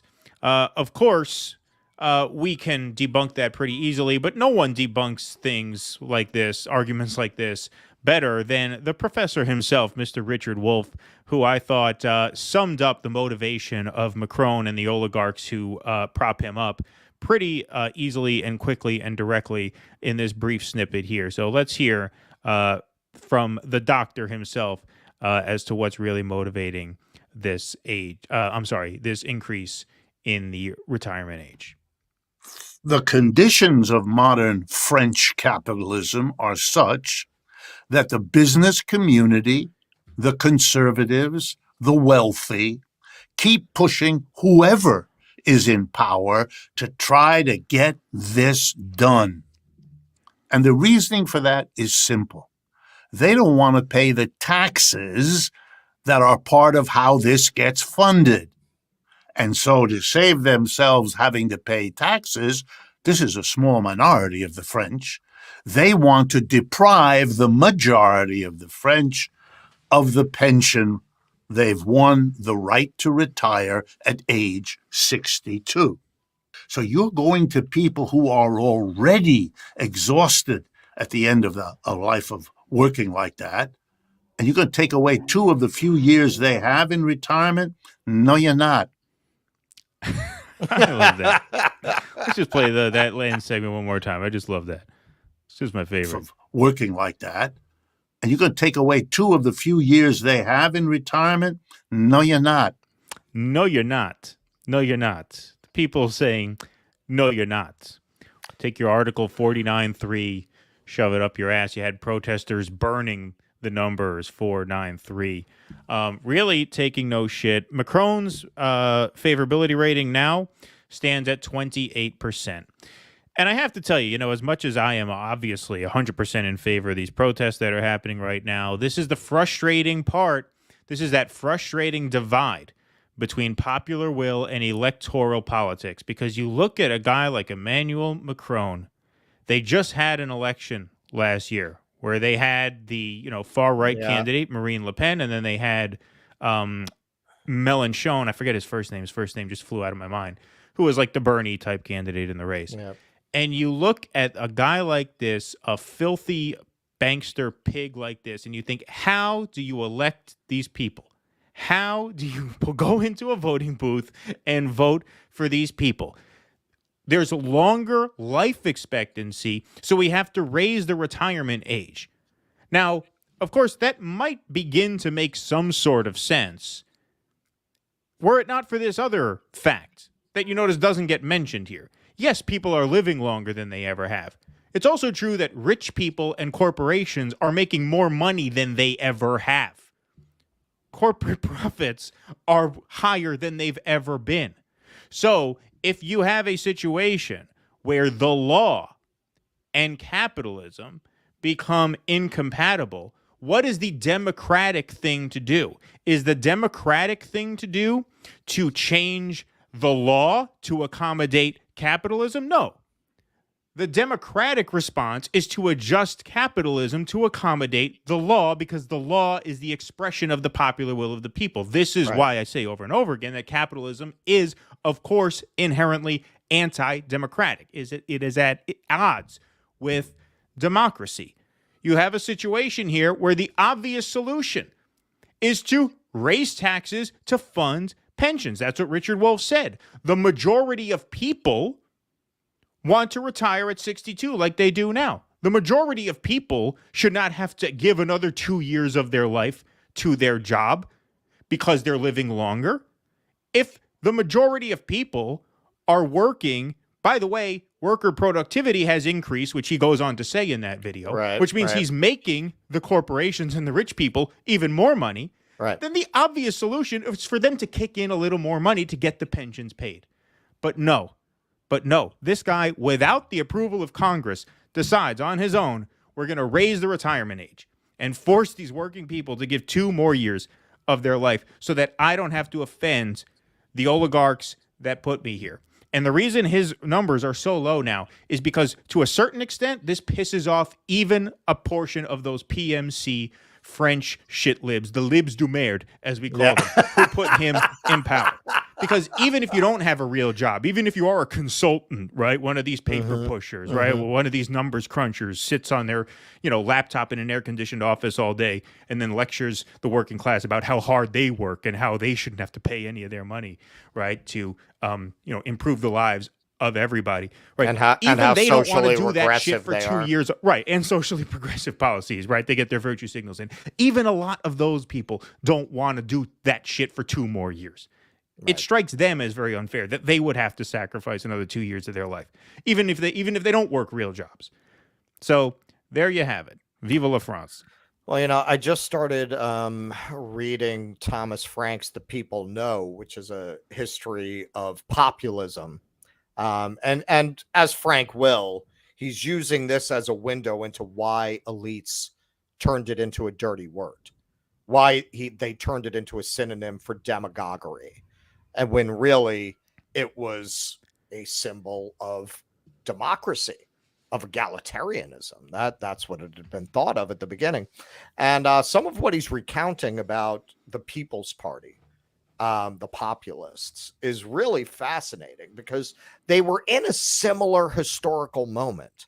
They were in a moment where the railroad trusts had bought out the legislatures, where there was really no true democratic control of the people over the system.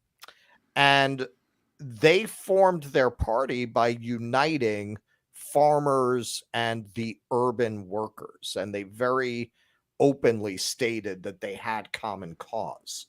They didn't do what a lot of the left does today and shun the rural people, right? They understood that you need both of those people working together if you have any chance of overthrowing this system. Something else Frank says that I found very relevant to our times: they stayed off social issues. The social issue of the time was temperance. And a lot of people who were attracted to the Populist Party actually were teetotalers. They didn't get into that. They stayed off it because it's divisive to uniting the working class. And I know some people might reflexively say, yes, but it was white people. No, they were way ahead of their time in giving these lengthy speeches about how the black person's labor is equal to the white person's labor. They suffer the same way that we suffer. We're all a common working class.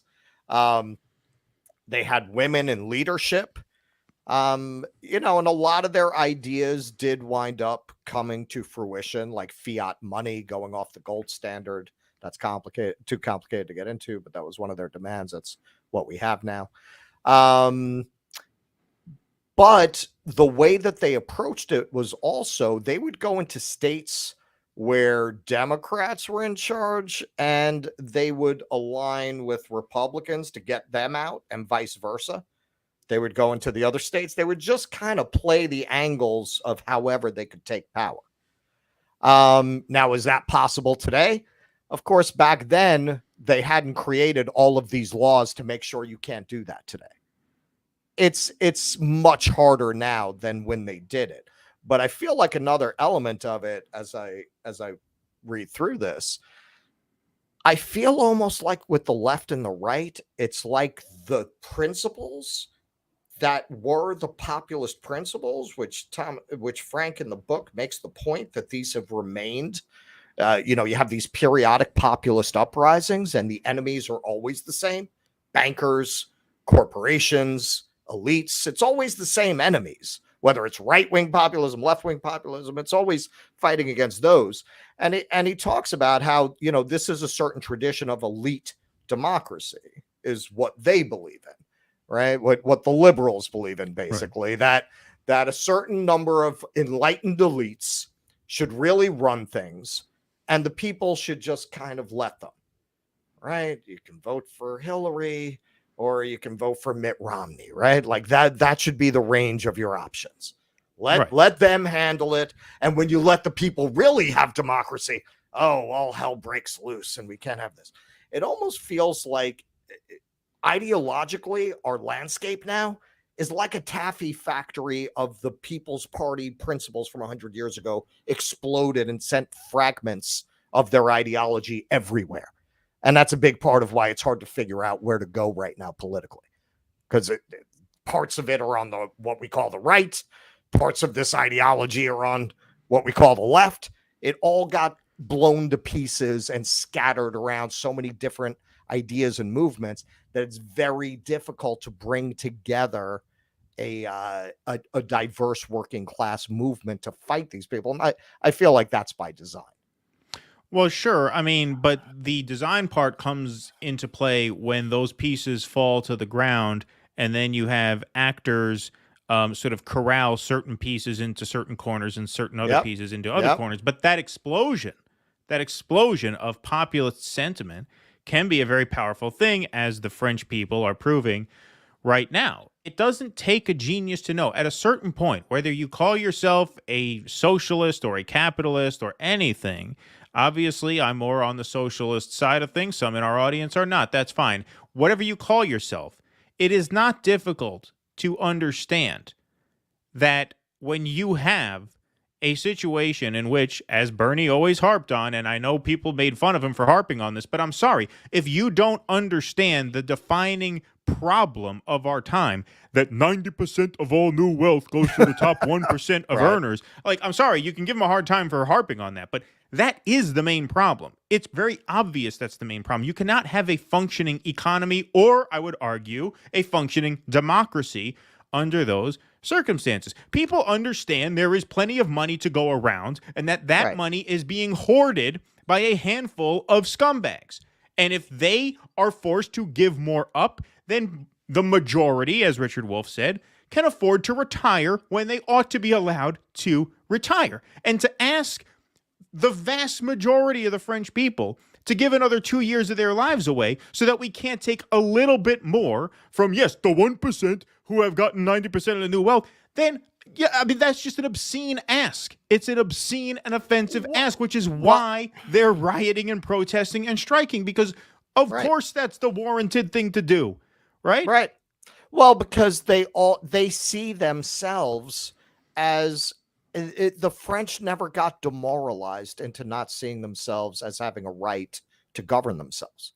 Americans have been demoralized to that point. They don't, that's how they've been rerouted into these culture war issues that don't cost their real enemy a penny.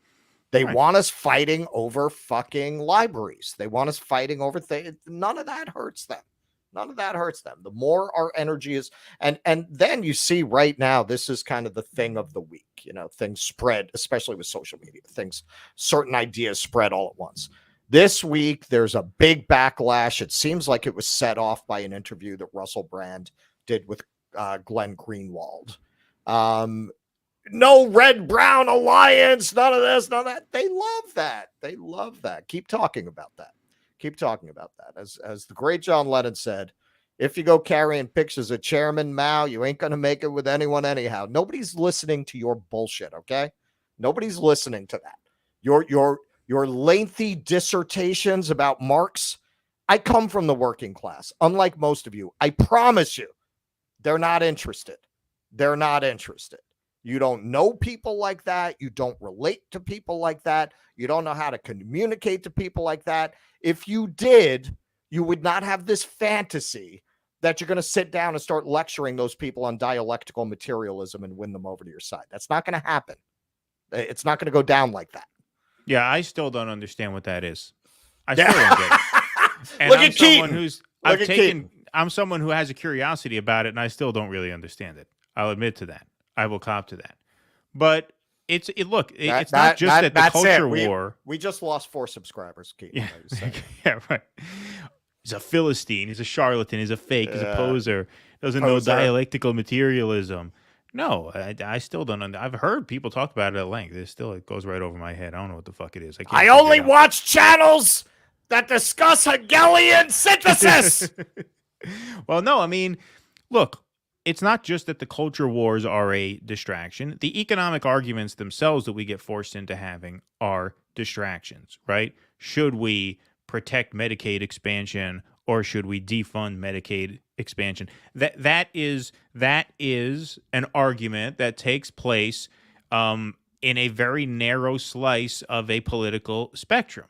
When there's a whole there's a lot more ground to cover on that spectrum, which includes obviously something like universal healthcare. That's why Macron thought he could get away with rationalizing this as well. Birth rates are down, life expectancy is up, so we have to make you work longer because you live longer, right? That only makes sense. The only world in which that makes sense is a world in which market imperatives, capitalist imperatives, are inescapable and unchangeable. That's the only world in which that makes any rational sense. Because once you step outside the boundaries of what you're allowed to think, according to a lot of, center left and center right figures, you ask the question, well, wait a minute. Why are the years, why is the time of millions and millions of people worth less than the earnings of the upper class? Right. Why is that worth less? The only context in which that is worth less is a context in which capitalism, neoliberalism, is permanent. Because neoliberalism, under that, the market dictates all. There is ultimate deference to the market. Therefore, some person's money is worth more than a million people's time. Right? Because time is only used to exchange for money. Right? So if you're not using that time to generate money, then you're wasting it, according to the neoliberal model. And so why should you have those extra 2 years to waste if you're going to live 2 years longer on the end? You have to make up for that. You owe it to the market to make up for that. You don't owe it to the market to do fucking anything. You don't owe the market a goddamn thing. These people out here, but play this again. These are people with lives to live. They have a finite number of years to live to spend on this earth, and they don't owe capitalism another 2 years of their life because Emmanuel Macron doesn't want to raise taxes on the people who put him in power. They don't owe it to them. Right. And as you can see, if they come together and organize, they're not going to have to give it to them. This is what I get from this. Because what passes for the left, let's not get into the semantics, you know what we mean. What passes for the left in elite politics, because it's been hijacked by neoliberalism, in the end, and I think it will happen in Europe first, you are going to have people like Marine Le Pen are going to adopt socialist kind of economic policies that are to the left of parties like Macron's. And that is going to be basically your right-wing socialist takeover. You're going to get MAGA communism, and it's going to start in Europe. And eventually, it's going to influence our right-wing parties here. That's where I see this going, because you're not going to get it from the left. You're just not. The left has no fucking balls. No balls. I'm not even talking about the libs. I'm talking about the real left. They have no balls, man. They have no balls, man. It's been 50 years since you had a left with real balls. That's why they want to sit around and fucking talk about Marx, man. Come on. That's not a serious political project.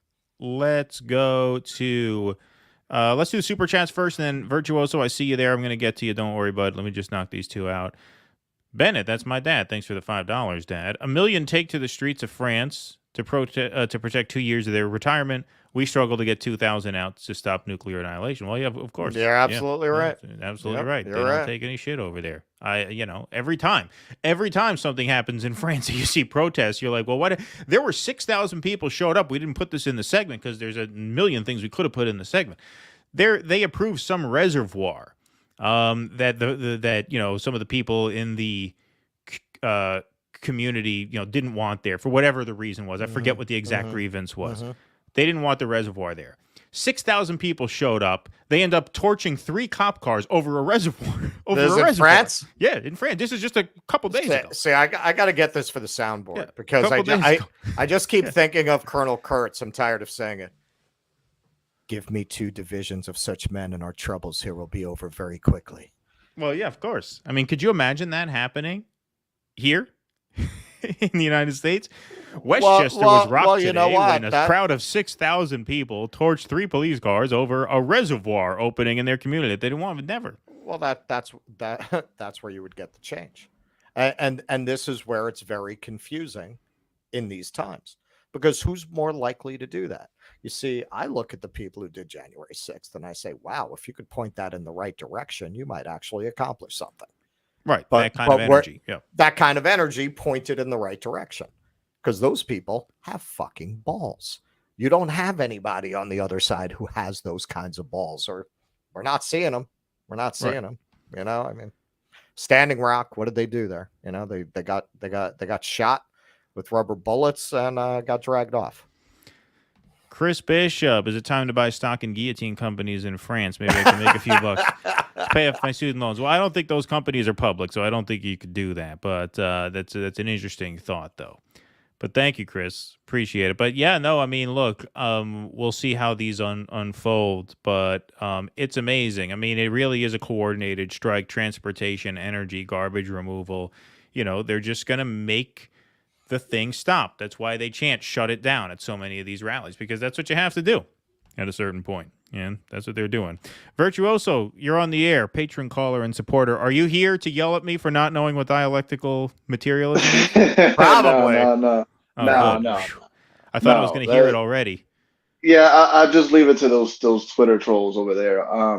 I just have a question to ask you. Well, if they can explain it to me in 280 characters, I'd have to hand it to them. Yeah. So I just have a question to ask you too. Are you guys Marxist? Speaking of which, I just have to ask you this: Are you guys ready for Marx madness? I can feel it in France, man. The French Spring, man, it's coming, guys. I know it. If we could just stop canceling each other, 140 characters at a time, man. I think we could get there. Yeah, look, I mean, I think to an extent you already have that kind of class consciousness, which is, to me, that's generally what Marxism is. To me, you don't have to get doctrinaire with people. To me, the overarching premise is that the classes are inevitably in conflict with each other, and that cooperation between the classes to build a better world is impossible, because classes of people have different interests that are unique to their class position. And the inevitable result of that is going to be struggle. And in a sense, that's what we have. We have struggle designed as cooperation, because the rich have found a way to propagandize everyone else into believing that they exist for their benefit, which they don't. And so in a sense, you already have Marxism in action. You just have the class conflict being very, very conscious on the side of the rich, who know exactly what they're doing in keeping the resources where they are with them. Right? Well, Warren Buffett said it. He said, we're in a class war, and my side is winning it. Well, they're the only side that knows they're fighting it. That's why they're winning it. They're the only side that understands that they're actually fighting it. And so, look, in that sense, I'm not opposed to talking about Marxism on a podcast. I'm not under the impression that I'm going to change the world by doing that on a podcast. Obviously, we're speaking to an audience of people who are particularly interested in these ideas, and so I'm happy to talk about it. But, go ahead. This is something that we could talk about at length, and I've been thinking we should actually find some people who would be interesting to sit down with and talk about this. The concerns that conservatives have about having too much state control in the society is a fear that I find legitimate, because human institutions are prone to failure and frailty. There is a question of, even if you completely believe in Marxism on paper, you're talking about turning over a tremendous amount of power to the state. So what happens when you don't like what the state is doing once you've turned over that kind of power? Now, conservatives will tend to see it as the great thing about having private enterprise is that all of these capitalists and entrepreneurs can fight the state. They act as a counterbalance to the power of the state. And in keeping with what I'm saying, that that's a great theory too, just like Marxism. Right. But in reality, as we can see, eventually those powers become too powerful for the state to manage. Well, that's Marxism as well. That's what Marx also said, right? Right. Eventually, capitalists will just buy the state. And then you won't be able to tell where their power ends and the state power begins. And that's where we are. But Right. I think that we are remiss in not sitting down and looking at that conservative argument and recognizing that it does have merit, and asking what our solution is to that, because it's a valid point. I don't trust people to be in charge of things to that degree. I don't. No, but there are a lot of elements of this that don't involve turning over outsized power to the state, such as wages, right? I mean, right. That Well, so what are we talking about? I'm talking about democratic socialism. When you start getting into real Marxism, I'm not on board with that for that reason. So if anyone is on, but like I said, we should sit down and have a panel discussion, because I'm sure there are people we respect, like Mr. Wolf there. I don't know that we could get him, but he's a Marxist economist. I'd like to hear him explain how you get around that problem. Yeah, I'd like to listen to Mr. Wolf. You know, he does a great job at Democracy at Work, you know, talking about breaking down the economy and what they're really doing. And it's like, to me, it looks like an American casino to me. And matter of fact, there was a documentary on that. There was a documentary on that, and it just got wiped off the fucking face of the earth. I don't know what the fuck happened to that. But I like to see, you know, markets get nationalized just to help people out, because like I don't see how having a government that just believes in just reforming just capitalism is just going to make the problem go away. And I just don't think it's going to happen by keeping these nutcases around, because they're capable of infiltrating government via, you know, special interests, you know, lobbying, all this stuff, you know, to provide access, you know, to government. And you need a lot of inflow of cash. And that's, to me, that's the biggest problem in our society, is just getting money out of politics. And I have fun with that, man. I think that's where the problem starts. I think all systems are doomed to eventually collapse under their own weight, no matter what system you pick. If you look at mythology, the core metaphor of this struggle between good and evil that never ends, it's a description of what happens in societies, right? You have these periods usually that happen in response to a very dark autocratic time. The people rose up, and you have a kind of golden age, you have a renaissance, you have a period like that. And then gradually the forces of darkness come back, however you want to define that. I think that's true. And as a result, you're never going to create a system that's not prone to that. It's just a question of what side you're on in the era you live in, where the society is in its cycle, and what the battles are at that moment. So to argue, well, because, and look, yes, I understand it wasn't this way for everybody, but look, I grew up on welfare, man. I didn't really feel in the America that I grew up in that I couldn't overcome my class. And I did. You know, like the fact that I decided to be in the arts, I mean, that's on me. I could have gone and been a lawyer and made $1 million. That wasn't what I chose to do, but look at what I did. kid from the street, man. I had 5 theaters because those opportunities were there. So when I hear get rid of standardized tests, I'm like, what are you, crazy? That was the equalizer for kids like me.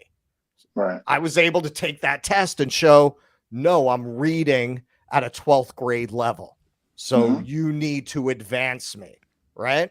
So when you start talking about taking all that away from somebody who benefited from those things, like what are you even talking about?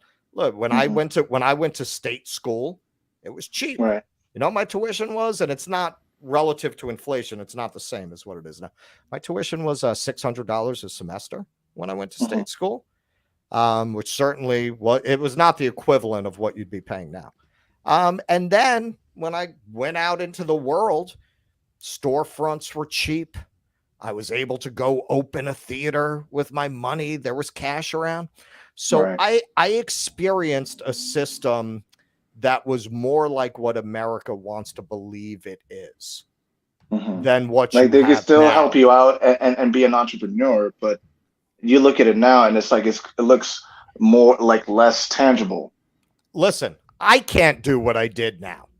Yeah. And I have a lifetime of experience and a lot more money than I did that. Not that I'm rich, but I opened my first theater with $5,000 in my pocket. You could never, in Manhattan on 4th Street, you could never do that today. So I think my view is somewhat shaped by the fact that, again, I'm not discounting that it wasn't working for everybody, but I started pretty disadvantaged, man. And there was opportunity there for me to overcome that. And I think the reason the country is coming apart is because my story is impossible today. And that creates too many angry, frustrated people whose potential is being pissed away. Well, and that's because I want to put this comment up on the screen here. Even though it's not a super chat, I still thought it was a very good chat. You have to build an infrastructure that ensures people are truly free. Right. It can happen. That's what it's all about, right? I felt like that infrastructure was there for me. Correct. And it's not there anymore because now you can't go to college for $600 a semester anywhere, right? And so that's what it's all about. Now, in my opinion, Marxism is a philosophical framework that's more likely to lead to that than anti-Marxism, right? Because anti-Marxism is just bullshit. It's a myth. That's what the Winners Take All book takes on. This idea that the rich are your partners in helping you create a better world and a better life for yourself, right? They do good by doing well. And the better they do, trust us, the better you're all going to do because we're here to help you. And they're not here to help you. Well, I caught the tail end of the New Deal era. I caught the end of it. I caught the very end where Reaganomics hadn't destroyed everything yet. It needed more time to do that. Like it also needed communism to fall in order to do that because it needed to rid itself of an ideological competitor that was a formidable threat, right? Communism, right, is really what moved the Democratic Party to the left, right? It was the USSR that moved the entire country they to the had left. to counter that, They had to prove to people that capitalism could work for ordinary people because they were afraid of communist movements gaining momentum here at home, just as they had in countries around the world. Now, after the fall of the Berlin Wall, that was no longer a threat. And what happened? As soon as the USSR right here, right now, that's it. They were unleashed. End of history. End of history. End of argument. End of debate. And look where we are 30 years later. All right, Virtuoso, we got one more segment to do, bud. So I'm going to put you in the backstage area. Please going in the penalty mini bar. Yeah, well, help yourself to the mini bar back there. And I hope you enjoy it. Thank you for calling, my friend, as always. Good to talk. All right. Bye. All righty, folks. Hit that like button. Hit that subscribe button. We'll do a like check. I don't know how many likes we're at now, but we got a good crowd in here, as we have for these past few streams. So thank you very much. If you like this stream, then give it a like. And if you're here and you have not yet subscribed, please hit that subscribe button. Very, very important that you do. All right.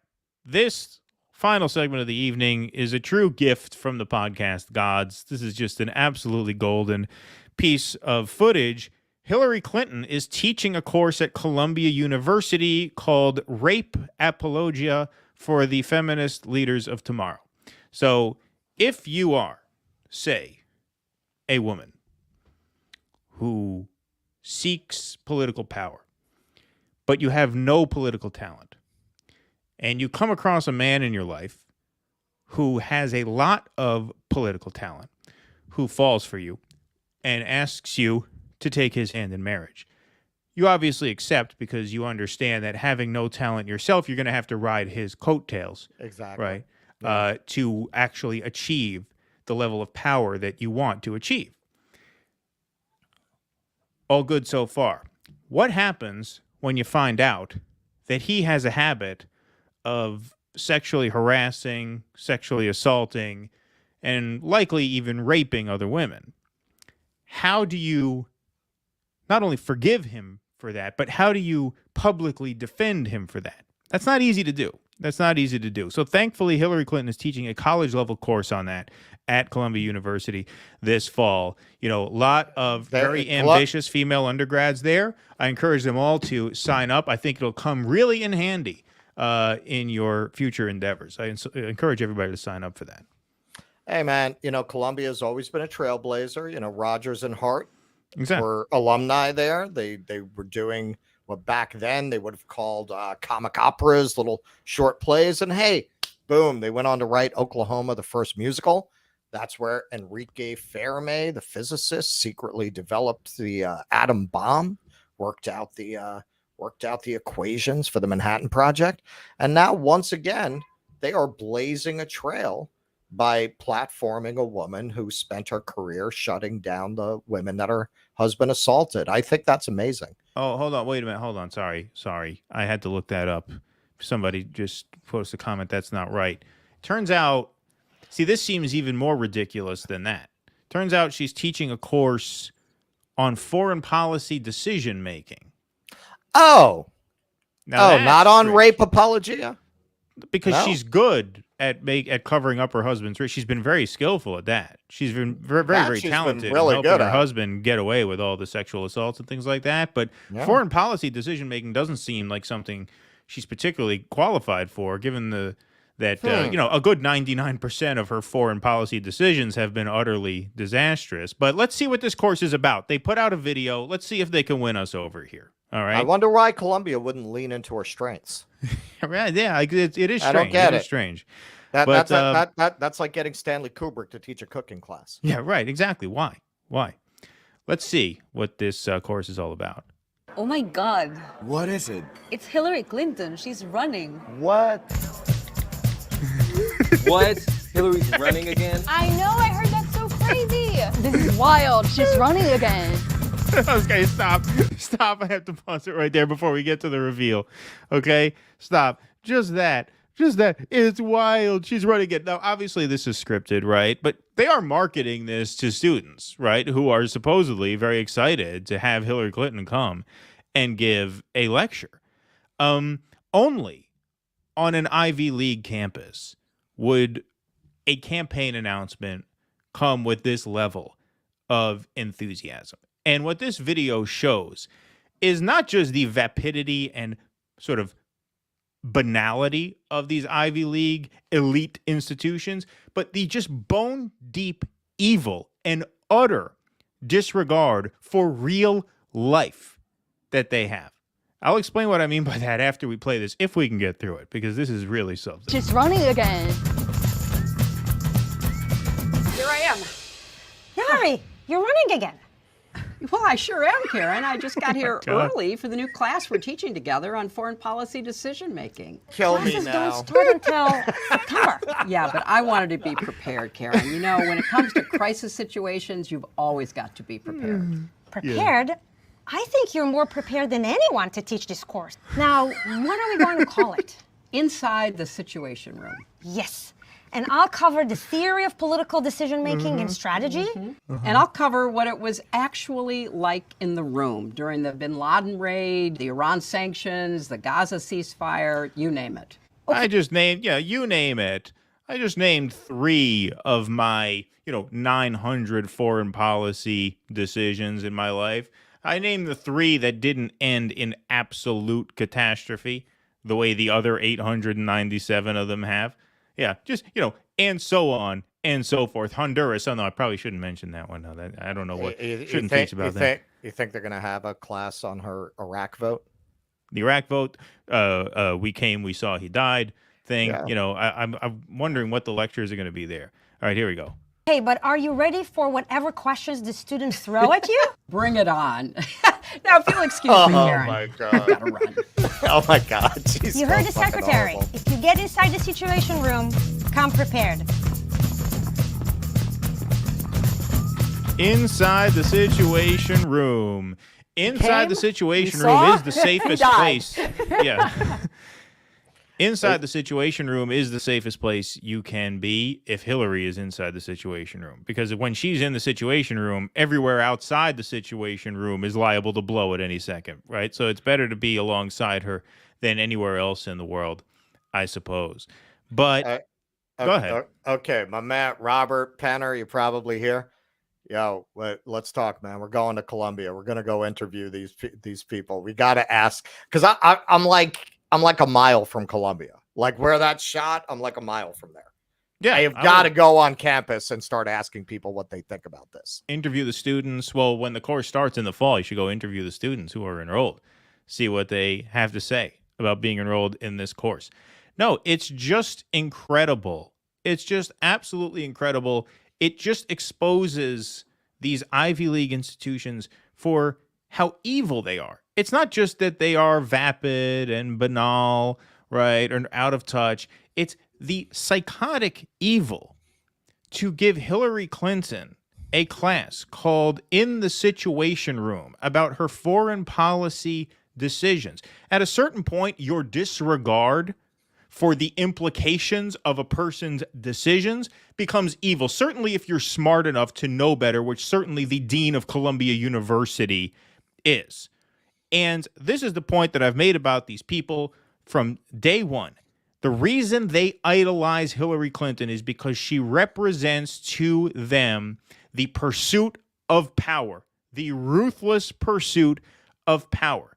Because in these people's minds, that is all that matters, is empowerment and aggrandizement for themselves. They do not care about creating a better world.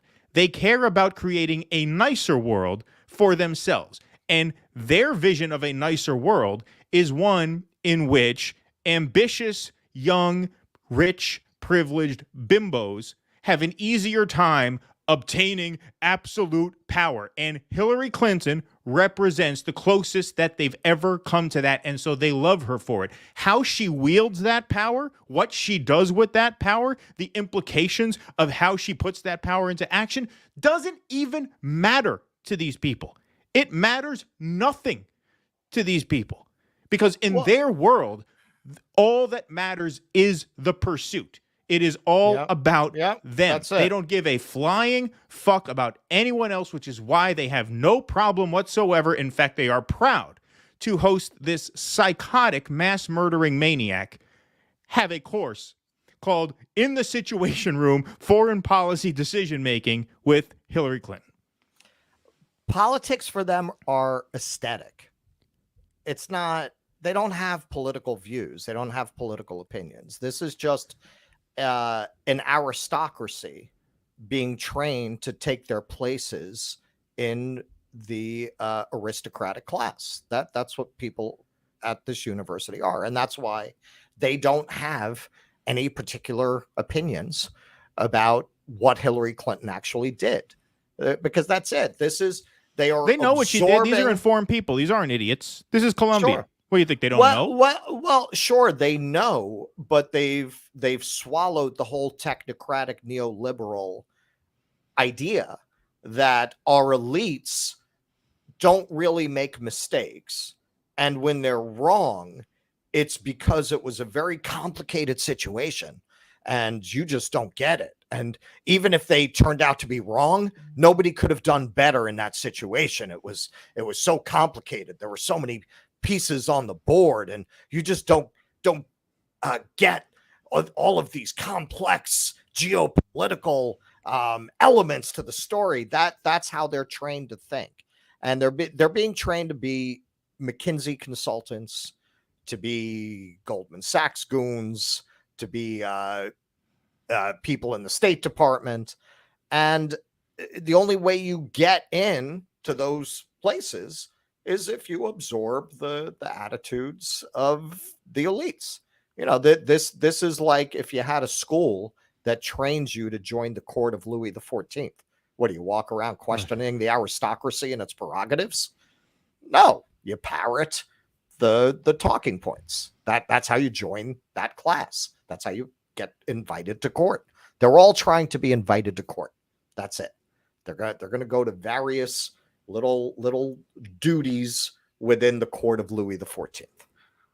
Yeah. No, I mean, look, yes, you're right. At a certain point, though, I think it's just at a certain point, what do they say? Like, negligence is culpability past a certain point. There's a such thing as criminal negligence, right? And when you see, it's one thing to see some, brainwashed, housewife who just veges out to The View every morning, hear Joy Behar say, well, the Iraq War, that was a long time ago, so get over it. She voted for it, sure, but get over it already. Okay, okay, yes, they're insufferable, but whatever. People like that exist. You can't do anything about it. You're talking about Columbia University here. You're talking about an institution of not just higher learning, but elite learning, right? You're talking about a very esteemed institution of people who fancy themselves intellectual, who fancy themselves progressive, right? Who fancy themselves enlightened. And to go ahead and platform, like I said, an unrepentant war criminal to give a course called In the Situation Room.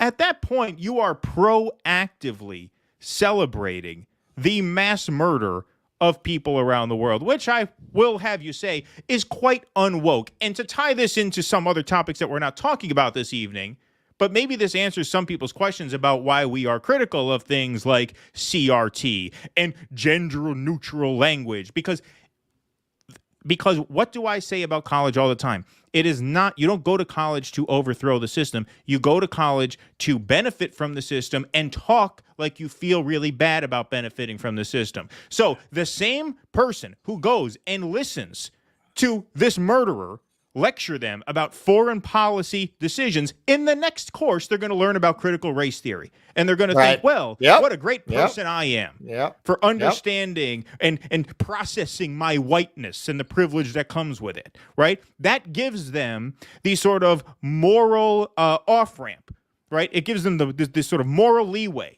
to sit in Hillary Clinton's classroom. And that's what it's all about. That's what these abstract, theories are all about. They're all about giving privileged people in pursuit of more privilege. They're all about guilt management for them. It's processing for them. They feel like they're doing their part to create a better world by absorbing these theories, while the next period or the next, class cycle, whatever, they're listening to Hillary Clinton talk about, I don't know if she's going to get into the Honduras coup. I don't know where on the syllabus that's going to fit. But that's who they're listening to. It would be funny if themselves such great progressives because they're down with CRT.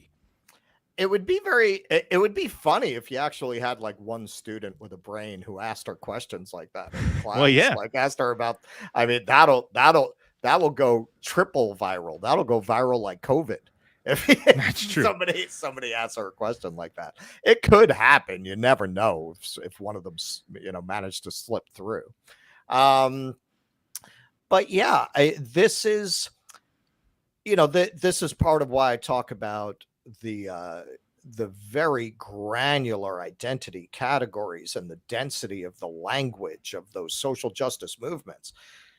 That's part of the purpose of it. It's to distinguish a class. It's to distinguish your class it's what better way to distinguish your class than by speaking in terms that nobody understands and embracing concepts that nobody agrees with outside of your class.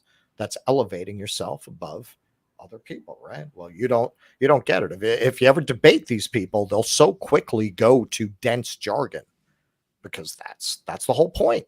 The whole point is to elevate themselves above you. It's not about justice. It's not about actual social justice. It's about distinguishing your class. And you're right. It's also about justifying those class privileges. Right. Because I'm such a good person. I read White Fragility twice. Right. Right. I've read everything Robin DiAngelo ever wrote.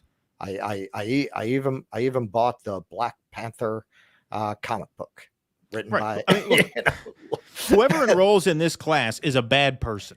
You have to be a bad person to enroll in this class. You're at Columbia. You're smart enough to know better. Okay. You're going to have people enrolling in this class who also lecture people on social media about what racists and, homophobes, transphobes, troglodytes they are. You're going to have those people. And this just brings it into such clear focus, because just think of the absurdity. And this is what we talk about a lot on this show, the absurd contradiction of sitting in Hillary Clinton's lecture hall, absorbing all of her wisdom about all of the, horror she has wrought around the world. And then the next hour, you're going to be virtue signaling about CRT. And you're going to take those values home, and you're going to fight on social media with your cousin in the Midwest who doesn't know that jargon, and you're going to make them feel like they're the bad people. I'm sorry. You enroll in this class, you're a piece of garbage. And I know it's a harsh thing to say, undergrad. I don't know if this is the grad program or not. I didn't look into it that carefully. But anyway, you're just a lousy person if you enroll in this course. I think that ought to go without saying. Unless you're going to ask her questions about Guatemala. Well, we'll see. Then you're a hero. Hey, you know who should enroll in this course? Jose Vega should enroll in this course. Can he get into Columbia? What are his grades like? No, look, these are just all little douches like Pete Buttigieg. Right? Yes, exactly. They're just trying to climb the ladder. They want to get a job at a consulting firm. That's it. And this is a big part of why our elites are hanging on by a thread, because they've become not only repulsive, but incompetent. You can't be both. Maybe you can get away with being one. You can't be both and hold on to power for very long. And that's why they're getting increasingly fixated on censorship and on propaganda techniques. Look, we did a segment on AOC the other night. What does she go to? People are coming from outside of our community, and it becomes a safety issue. That's what they always go to, because that's all they have. They have to try to hit your lizard brain and make you afraid of anyone who challenges their positions or their right to those positions, because they can't afford to have you ask any questions, because they don't have good answers to them. Right. Exactly. All right, let's put our Patreon scroll up while we read some super chats. We are going to get out of here in a few minutes. We'll put our Patreon scroll up once more. You can go to patreon.com/DoDissidents and help support the show. We had a great crowd in here tonight, so please hit that like button and hit that subscribe button. If you can, let's go to some super chats here.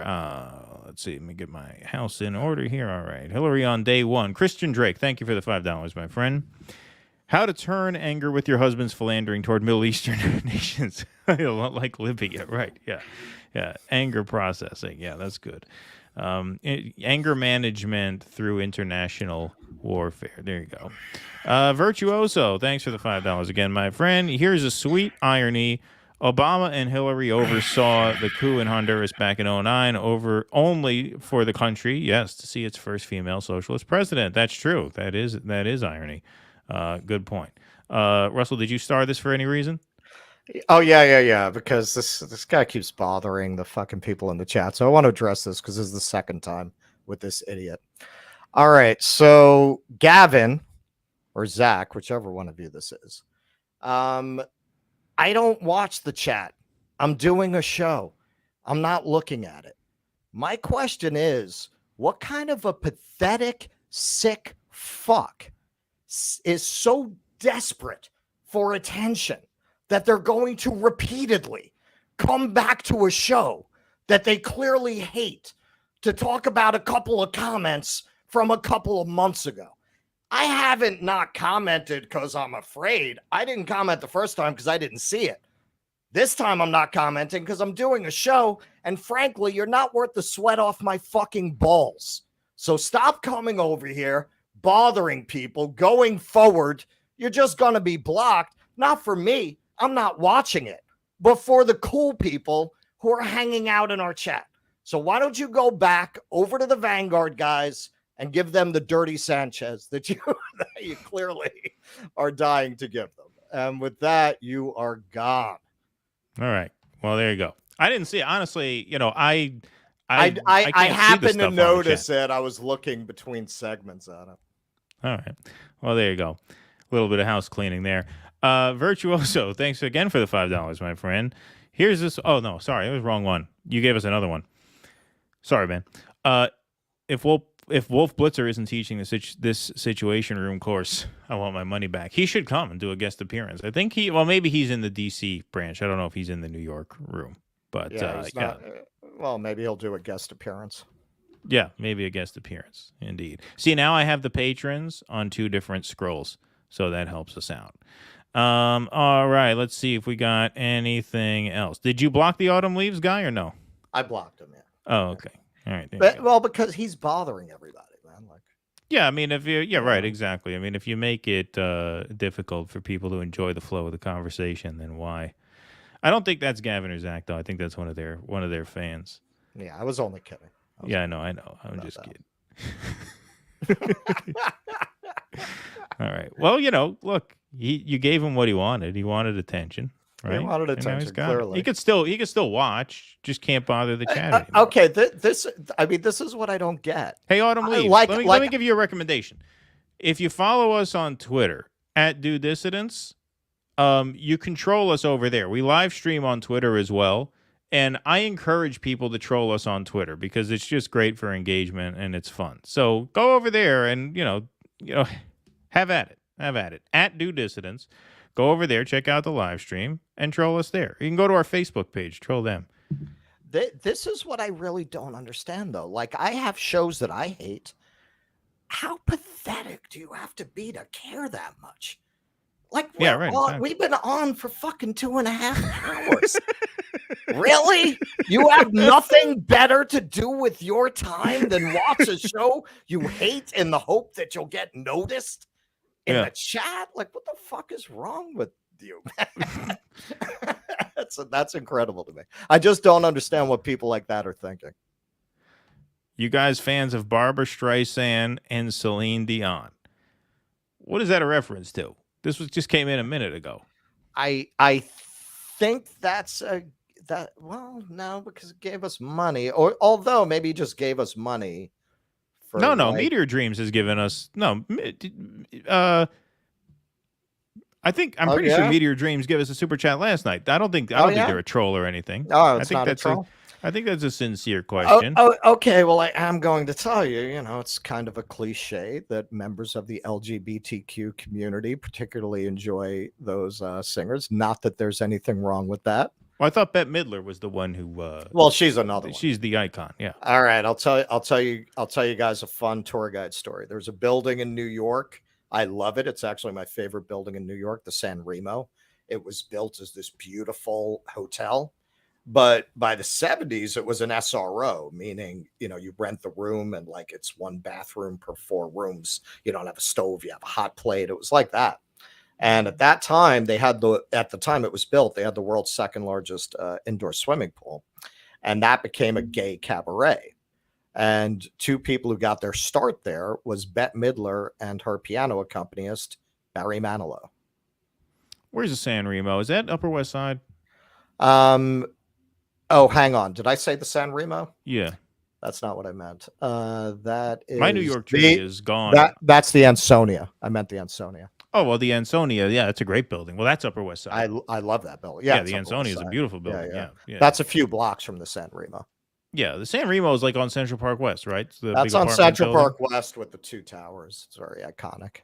Yes, yeah, see? So, yeah, all right. I still got it. I still got a little bit of my chops left. With that one, Bruce Willis and Demi Moore lived there. Yes. Before Ashton Kutcher destroyed their beautiful love story. She was trying to sell that for $75 million for years, and then she finally settled for 45. Oh wow, interesting. Yeah, I knew those buildings and the people who lived in them pretty well. We used to do a celebrity tour of New York, which I don't know who the fuck would pay to drive around in a car in New York City and have me point to buildings and tell them which famous people lived there.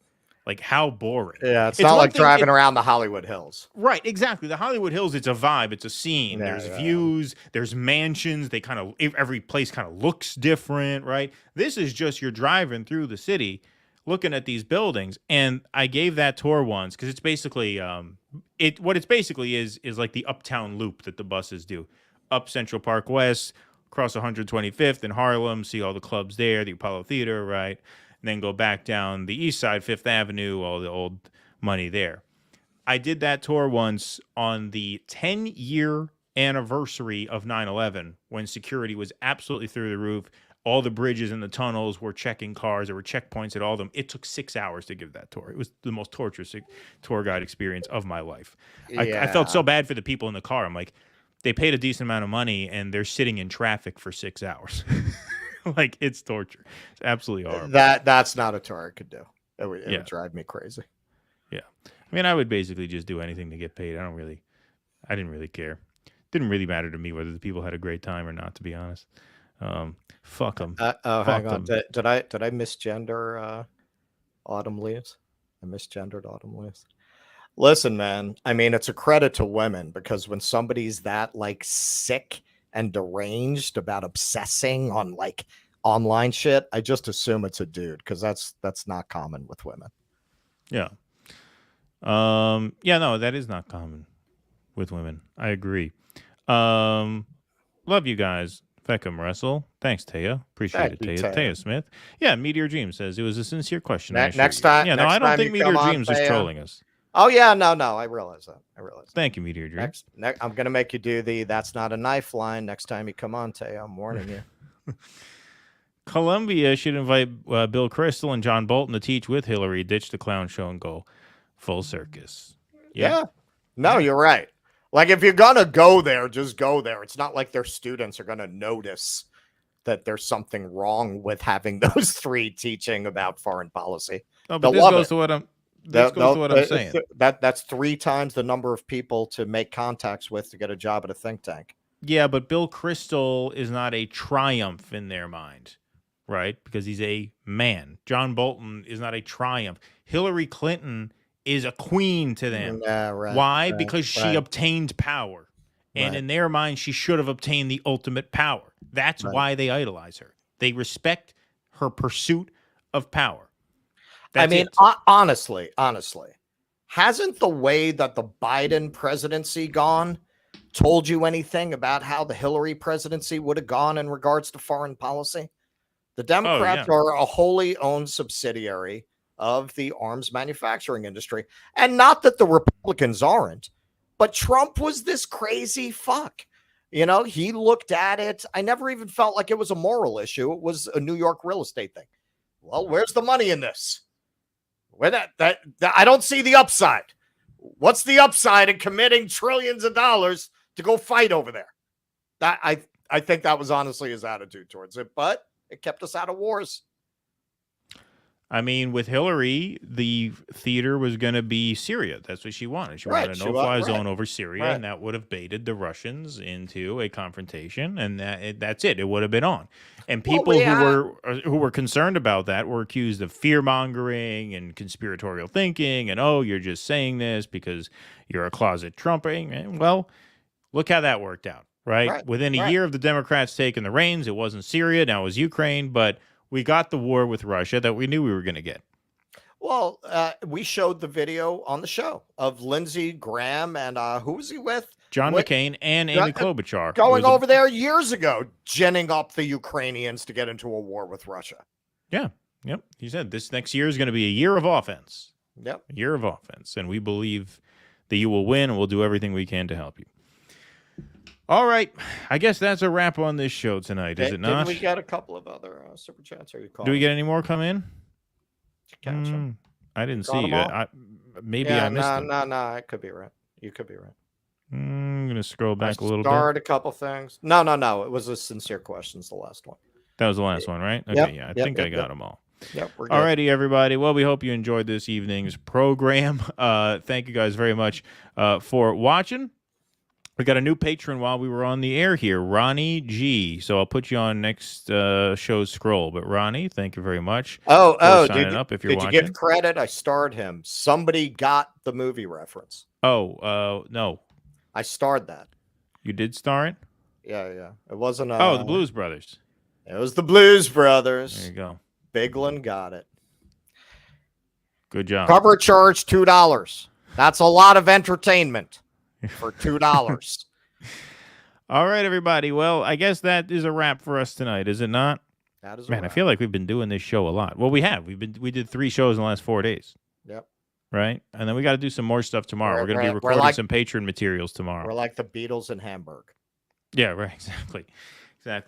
We're going to be recording some Patreon material tomorrow and publishing that over the course of this week. So if you could sign up at patreon.com/DoDissidents, that really helps us out. DoDissidents.substack.com. We want to thank our guests, Misty Winston, and the next president of the United States, Extra Bulla, who we are proud to be supporting. You know, it's great to have a candidate. It really feels good. I feel like that's really going to get us where we need to go in terms of subscribers. Yeah. Right. Exactly. I feel like that's going to be really, really great for our subscriber count. Yeah. I'm feeling much better. I was feeling a little anxious about that. Felt like we were missing out. But now I feel a lot better.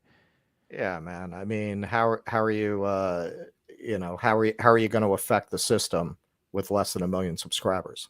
Right. Yeah, exactly. Right. We have to get to 1 million subscribers. Yeah. Exactly. It's not about money. Right. Right. It's not about money. It's about the subscribers. I spit on money. Exactly. It's about the subscriber count. That's what it's about. All right, everybody. Well, thank you very much. We will see you back here on Thursday. Oh, we got a few days without doing this. Oh, yeah. How will we manage? Well, we are going to record some Patreon material tomorrow, but we will be live again on Thursday evening. Please make sure you're subscribed. Please give us a like on the way out. Thank you guys very, very much for watching. We appreciate you all. Thanks. Have a great evening. Be safe. Be well. Courage. Please clap.